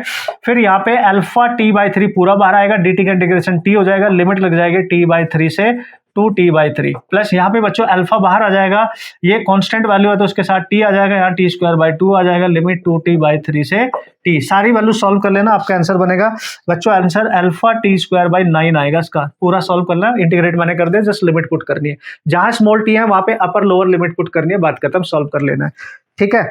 अच्छा क्वेश्चन है, थोड़ा सा टाइम लगेगा सॉल्व करने में, लेकिन बेस्ट क्वेश्चन है। आप देख लो आपके सामने है, अच्छे क्वेश्चन है कि नहीं, नए फ्रेश क्वेश्चन आपको एकदम देखने को मिल रहे होंगे, ठीक है। चलो भाई धरती की चांद सितारों, नेक्स्ट क्वेश्चन भी देख लिया जाए। What is the effective resistance between A and be in the circuit. Circuit देख के अगर आप समझ जाएंगे बच्चों, देखो एक रेजिस्टेंस यहाँ पे है, ठीक है, एक रेजिस्टेंस यहाँ पे है, एक रेजिस्टेंस यहाँ पे है और एक रेजिस्टेंस तरीके से, और एक, अगर आप ध्यान से देखो यहाँ पे ए बी है तो हाफ ऊपर है हाफ नीचे है, सिमेट्री से भी सॉल्व कर सकते हो। सिमेट्री से नहीं करना, देखो ये आर है, ये आर है, ये 2R है और ये 3R है। वैसे तो आपको सिमेट्री से करना चाहिए क्योंकि जितना जैसा सर्किट ऊपर है वैसे ही सर्किट बिल्कुल नीचे भी है, ठीक है, तो वही बेटर ऑप्शन रहेगा आपके लिए। कैसे देखो, तो यहाँ पे देखो बच्चों, ठीक है, ये कितना रेजिस्टेंस है, this is 2R and this is 2R and this is what, देखो सिमेट्री है। अगर आप ए बी के अक्रॉस निकाल रहे हो तो देखो इसको आज जैसे सर्किट ऊपर है वैसे ही बिल्कुल नीचे है, ठीक है। यहाँ पे रेजिस्टेंस देख लो, R 2R 3R R 2R, symmetry है। तो जब ये सिमेट्री होता है तो जिसके अक्रॉस आपने निकालना है तो उसके परपेंडिकुलर एक्सिस के अबाउट इसको कट करेंगे, और ये जो परपेंडिकुलर एक्सिस होगी इस ए बी एक्सिस के, इस पे जो भी रेजिस्टेंस आएंगे, जैसे ये नेग्लिजिबल हो गए, ये कैंसिल हो जाएंगे, क्योंकि इस पॉइंट का और इस पॉइंट का पोटेंशियल सेम होने की वजह से इसमें करंट नहीं जाएगी। तो we can remove this resistance from the circuit, we can remove this resistance from the circuit. Now we can solve this very very easily, ठीक है। अब ये सॉल्व हो जाएगा। ए और बी के बीच में नेट रेजिस्टेंस चाहिए, तो देखो ये दोनों किस में है, सीरीज यानी 4R, ये दोनों किस में है, सीरीज यानी 4R, ये दोनों किस में है, 4R। तो 4R ऊपर 4 ये तो सारे पैरेलल, तो 1/RAB कितना आएगा, 1/4R plus 1/4R plus 1/4R and that is 3/4R। तो RAB कितना आ जाएगा, that is 4R/3। This is your answer, 4R/3। Clear है? तो this is how you can understand the question, और आराम से आपको क्वेश्चन बन जाएगा, कोई दिक्कत नहीं आपको होनी चाहिए मेरे ख्याल से, ठीक है बॉस। चलो बॉस, ठीक है, नेक्स्ट क्वेश्चन कर लिया जाए।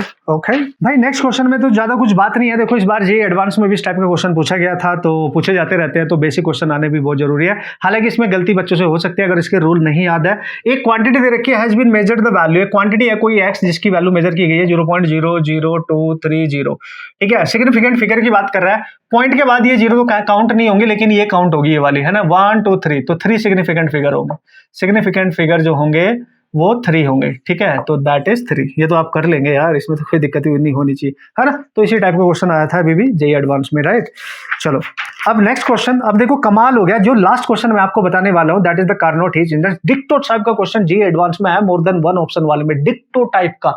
जस्ट इमेजिन, आपके आईसर एग्जाम में ऑलरेडी ये क्वेश्चन लास्ट ईयर पूछा गया था, आई थिंक लास्ट ईयर आया था मे बी, लेकिन आपकी PYQ का ही है। देखो डिक्टो टाइप का, डिक्टो लैंग्वेज को यूज करके थोड़ा डिफरेंट तरीके से डिजाइन करके क्वेश्चन पूछा गया है।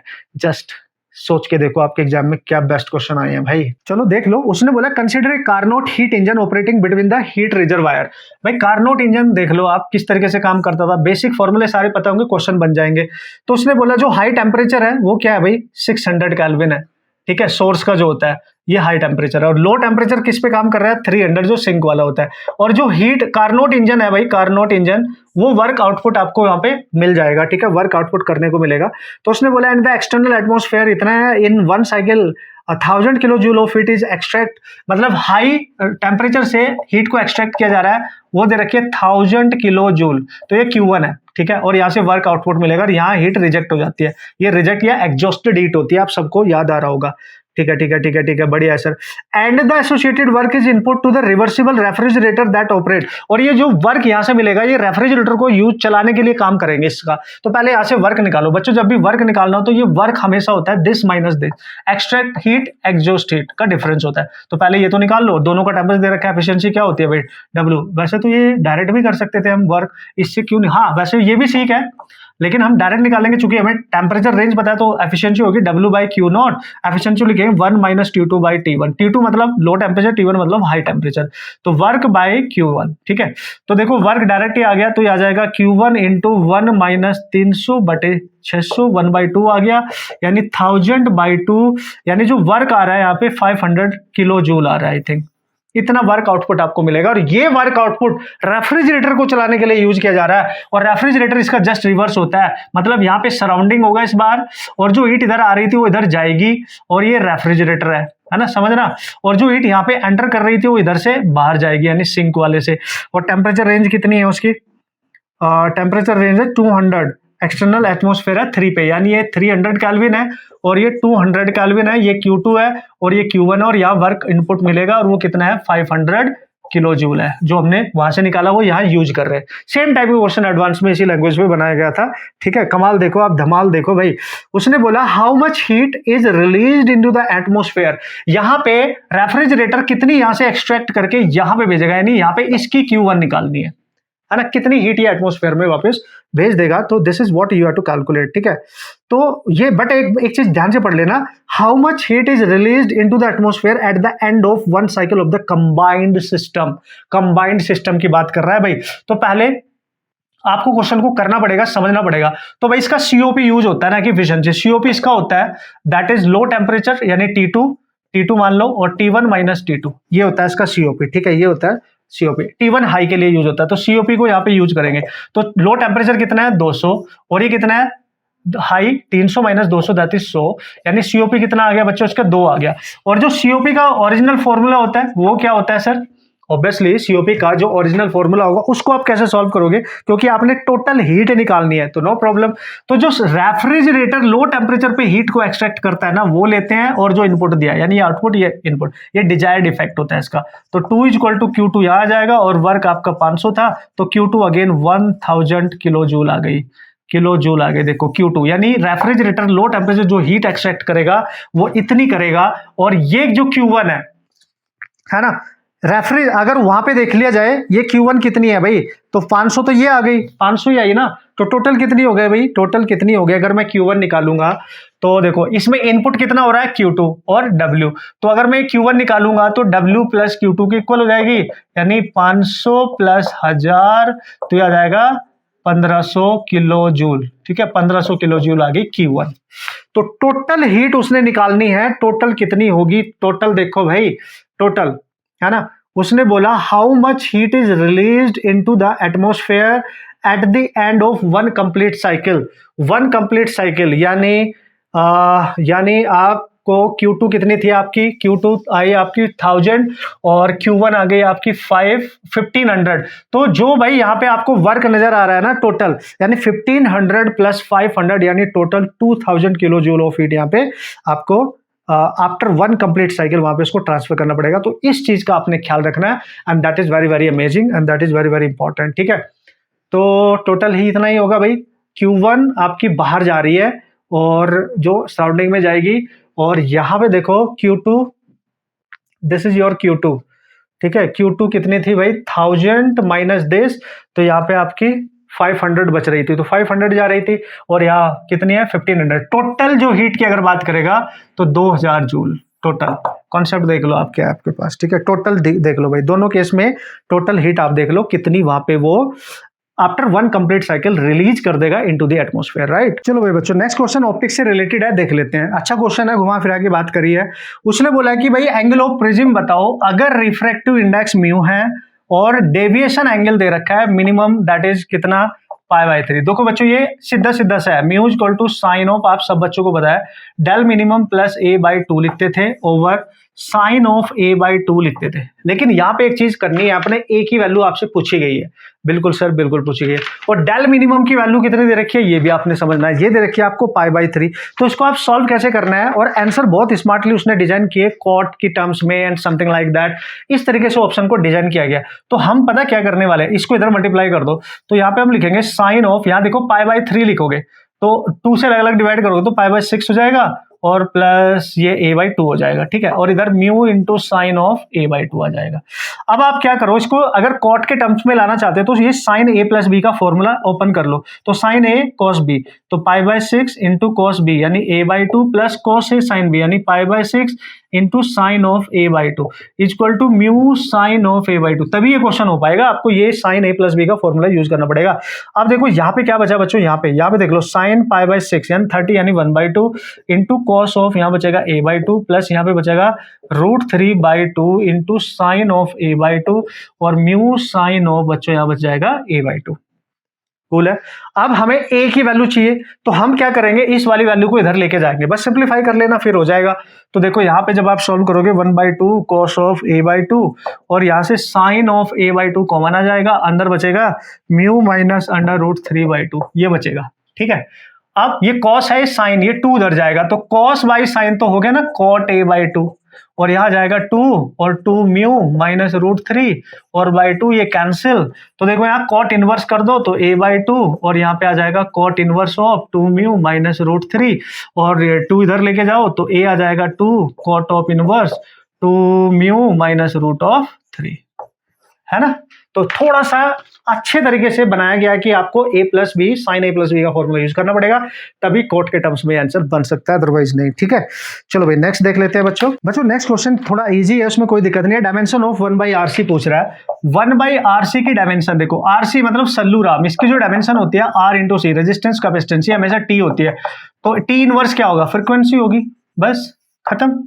ठीक है, याद रखना RC की डायमेंशन लल्लूराम यानी L/R, सेल्फ इंडक्टेंस और रेजिस्टेंस की डायमेंशन और 1/√LC, इन सब की डायमेंशन जो होती है भाई लोग, ठीक है, √LC सॉरी, √LC ये टाइम के इक्वल होती है। इनका उल्टा कर दोगे तो फ्रीक्वेंसी की बन जाएंगी, है ना, ऐसे याद रखना।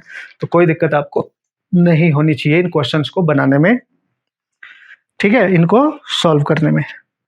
सो भाई लास्ट के 2-3 क्वेश्चन और सॉल्व करेंगे हम लोग, तो थोड़ा सा आइडिया आपको लग ही गया कि कैसे क्वेश्चन आए हैं और कैसे आप बेस्ट तरीके से कर सकते हैं। ठीक है बच्चों, नेक्स्ट क्वेश्चन देख लिया जाए। क्या है, उसने बोला मोनोक्रोमेटिक सोर्स ऑफ लाइट जो इमिट कर रहा है लाइट को, दैट इज लैम्डा और λ/2 पे, द स्टॉपिंग पोटेंशियल भी दे रखा है, तो वर्क फंक्शन पूछ रहा है। तो भाई इक्वेशन यूज कर लो, E इक्वल टू बच्चों आप यूज करेंगे obviously, that is kinetic energy जो होती है मैक्स प्लस वर्क फंक्शन। तो यहाँ पे जब आप वैल्यू पुट करोगे SC/λ1 और ये आप पुट करोगे ऑब्वियसली EV1 और +5 वर्क फंक्शन है, क्योंकि उसका वोल्टेज दे रखा है अलग अलग लैम्डा पे।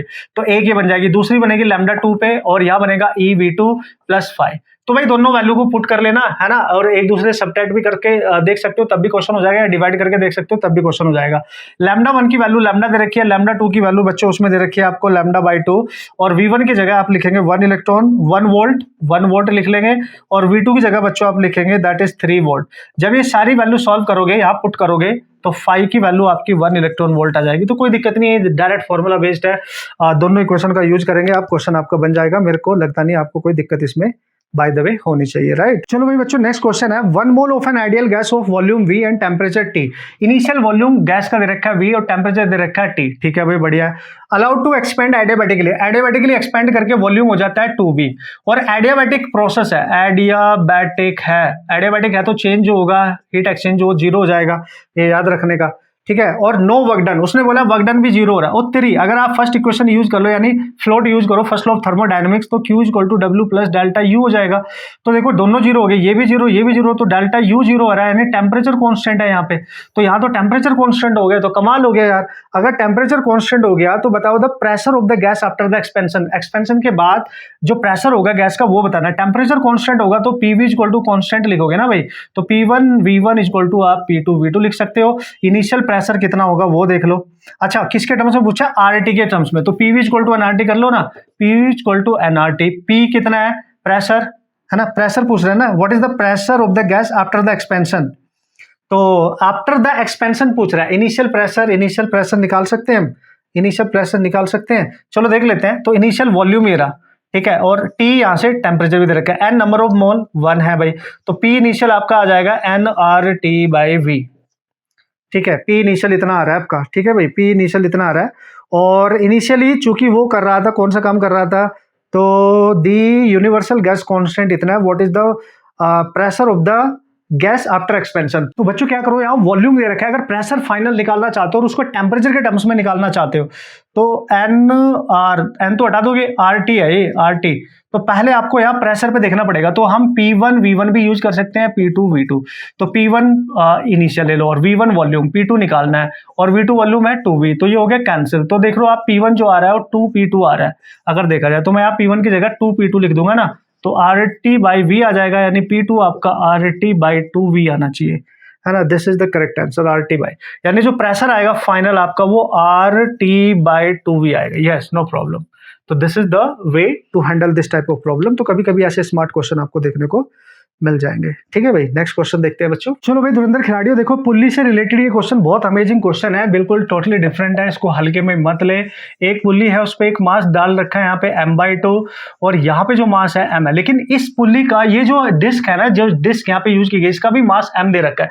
उस वजह से यहाँ पे जो टेंशन है लेट्स से T1 है, यहाँ टेंशन है लेट्स से T2, ये चेंज हो जाएंगे, इक्वल नहीं होंगे, ये इक्वल नहीं होंगे, ये रोटेट करेगी। ठीक है, यहाँ पे मास ज्यादा है तो ये डाउन जाएगा, ये अप जाएगा, इसकी वजह से ये ऐसे रोटेट करेगी, यानी क्लॉकवाइज। अगर ये क्लॉकवाइज रोटेट करेगी तो यहाँ पे जो टेंशन होगा लेट्स से T1 होगा, और यहाँ पे जो टेंशन ये T2 T1 सेम ही होंगे, जो उसको टॉर्क प्रोड्यूस करेंगे, है ना, समझना बात को। तो पुल्ली के इस वाले पार्ट पे अगर आप देखो, यहाँ पे टेंशन लेट्स से T2 काम कर रहा है, यहाँ T1, और ये अपने सेंटर के अबाउट ऐसे घूम रही है, तो कौन सा ज्यादा होगा, इस वाले का। T1 का टॉर्क ऐसे ज्यादा होगा, यानी T1 यहाँ T2 से ज्यादा काम करेगा। तो अगर मुझे यहाँ पे नेट फोर्स की बात करनी है तो T1 डाउन T2 डाउन, तो इस टॉर्क जब निकालूंगा ना भाई, टॉर्क पे ध्यान देखो, देखो इसका माइनस इसका, तो टॉर्क क्या होगा, इसके अगर घूम रहे तो परपेंडिकुलर डिस्टेंस r होगी, तो टॉर्क को लिखेंगे T1 इंटू आर। ठीक है, और ये वाला जो होगा इसके अपोजिट, देखो ये डाउन है तो इसको इधर को घुमाओ और ये इधर को घुमाओ। ठीक है, तो ये माइनस T2 इंटू आर जाएगा, तो टॉर्क आ जाएगा आपका R T1 माइनस T2। ये आपकी फर्स्ट इक्वेशन है to solve this type of problem, क्योंकि यहाँ टेंशन अलग अलग हो जाएंगे, क्योंकि इस पुल्ली का मास दे रखा है, जबकि हम नॉर्मल क्वेश्चन किया करते थे टेंशन और एक्सेलरेशन निकालने के लिए पुल्ली को नेग्लिजिबल मास का मान के चलते थे, तो डिस्क है यहाँ पे वो मास के साथ दे रखी है। तो पूछ रहा है जब ये घूमेगी इसका एंगुलर एक्सेलरेशन क्या होगा। भाई टॉर्क कैसे निकाल सकते हो बच्चों, टॉर्क होता है आई अल्फा, बस अल्फा निकालना है, और आई क्या होता है, डिस्क के सेंटर से पास होने वाली परपेंडिकुलर डिस्टेंस के मोमेंट ऑफ इनर्शिया क्या होता है, mr²/2। बस ये भी पता है, देखो यहाँ पुट कर देना, अल्फा आ जाएगा, बस T1 T2 निकालना पड़ेगा आपको। T1 T2 कैसे निकालोगे, ये डाउन जा रही है तो इसका वेट डाउन होगा mg, तो आपको बताइए डाउन जा रही है तो T1 निकालोगे mg minus T1 equal to m में, यानी m इंटू ए से, और ये अप जा रही है तो टेंशन ज्यादा होगा, तो T2 minus m/2 g equal to m/2 into a. इन दोनों से निकाल लो, देखो इन दोनों से निकाल लो और यहाँ पुट कर दो, आपका आंसर आ जाएगा, है ना, आंसर आ जाएगा। तो अगर इन दोनों को मैं ऐड करूंगा, देखो इसी को यहाँ पे लिख देता हूँ, mg minus T1 equal to आ जाएगा m में। तो आप देख सकते हो बच्चों, यहाँ पे अगर मैं ऐड करूंगा तो यहाँ T2 माइनस T1 आ रहा है, T2 माइनस T1, और ये mg माइनस दिस आ रहा है, यानी प्लस mg/2 बचेगा, और यहाँ 3/2 m में बचेगा। ठीक है, ये वाला इसको इधर लेके जाओ तो ये बचेगा T2 minus T1 equal to 3/2 m में और माइनस mg/2। ठीक है, अब यहां में T1 माइनस T2 चाहिए, तो कोई बात नहीं, यहां से T1 माइनस T2 निकाल के आप माइनस मल्टीप्लाई करके यहां पे पुट कर देना, यहां से अल्फा आ जाएगा, आई का मोमेंट ऑफ इनर्शिया, यानी आई आएगा आपका कितना, नहीं अल्फा आएगा आपका, तो दैट इज g/4r, g/4r आ जाएगा, no problem. You just replace this value here, बस वो T1 माइनस T2 है, T2 यहाँ माइनस कॉमन लेके यहाँ मल्टीप्लाई करके वहां पुट करो।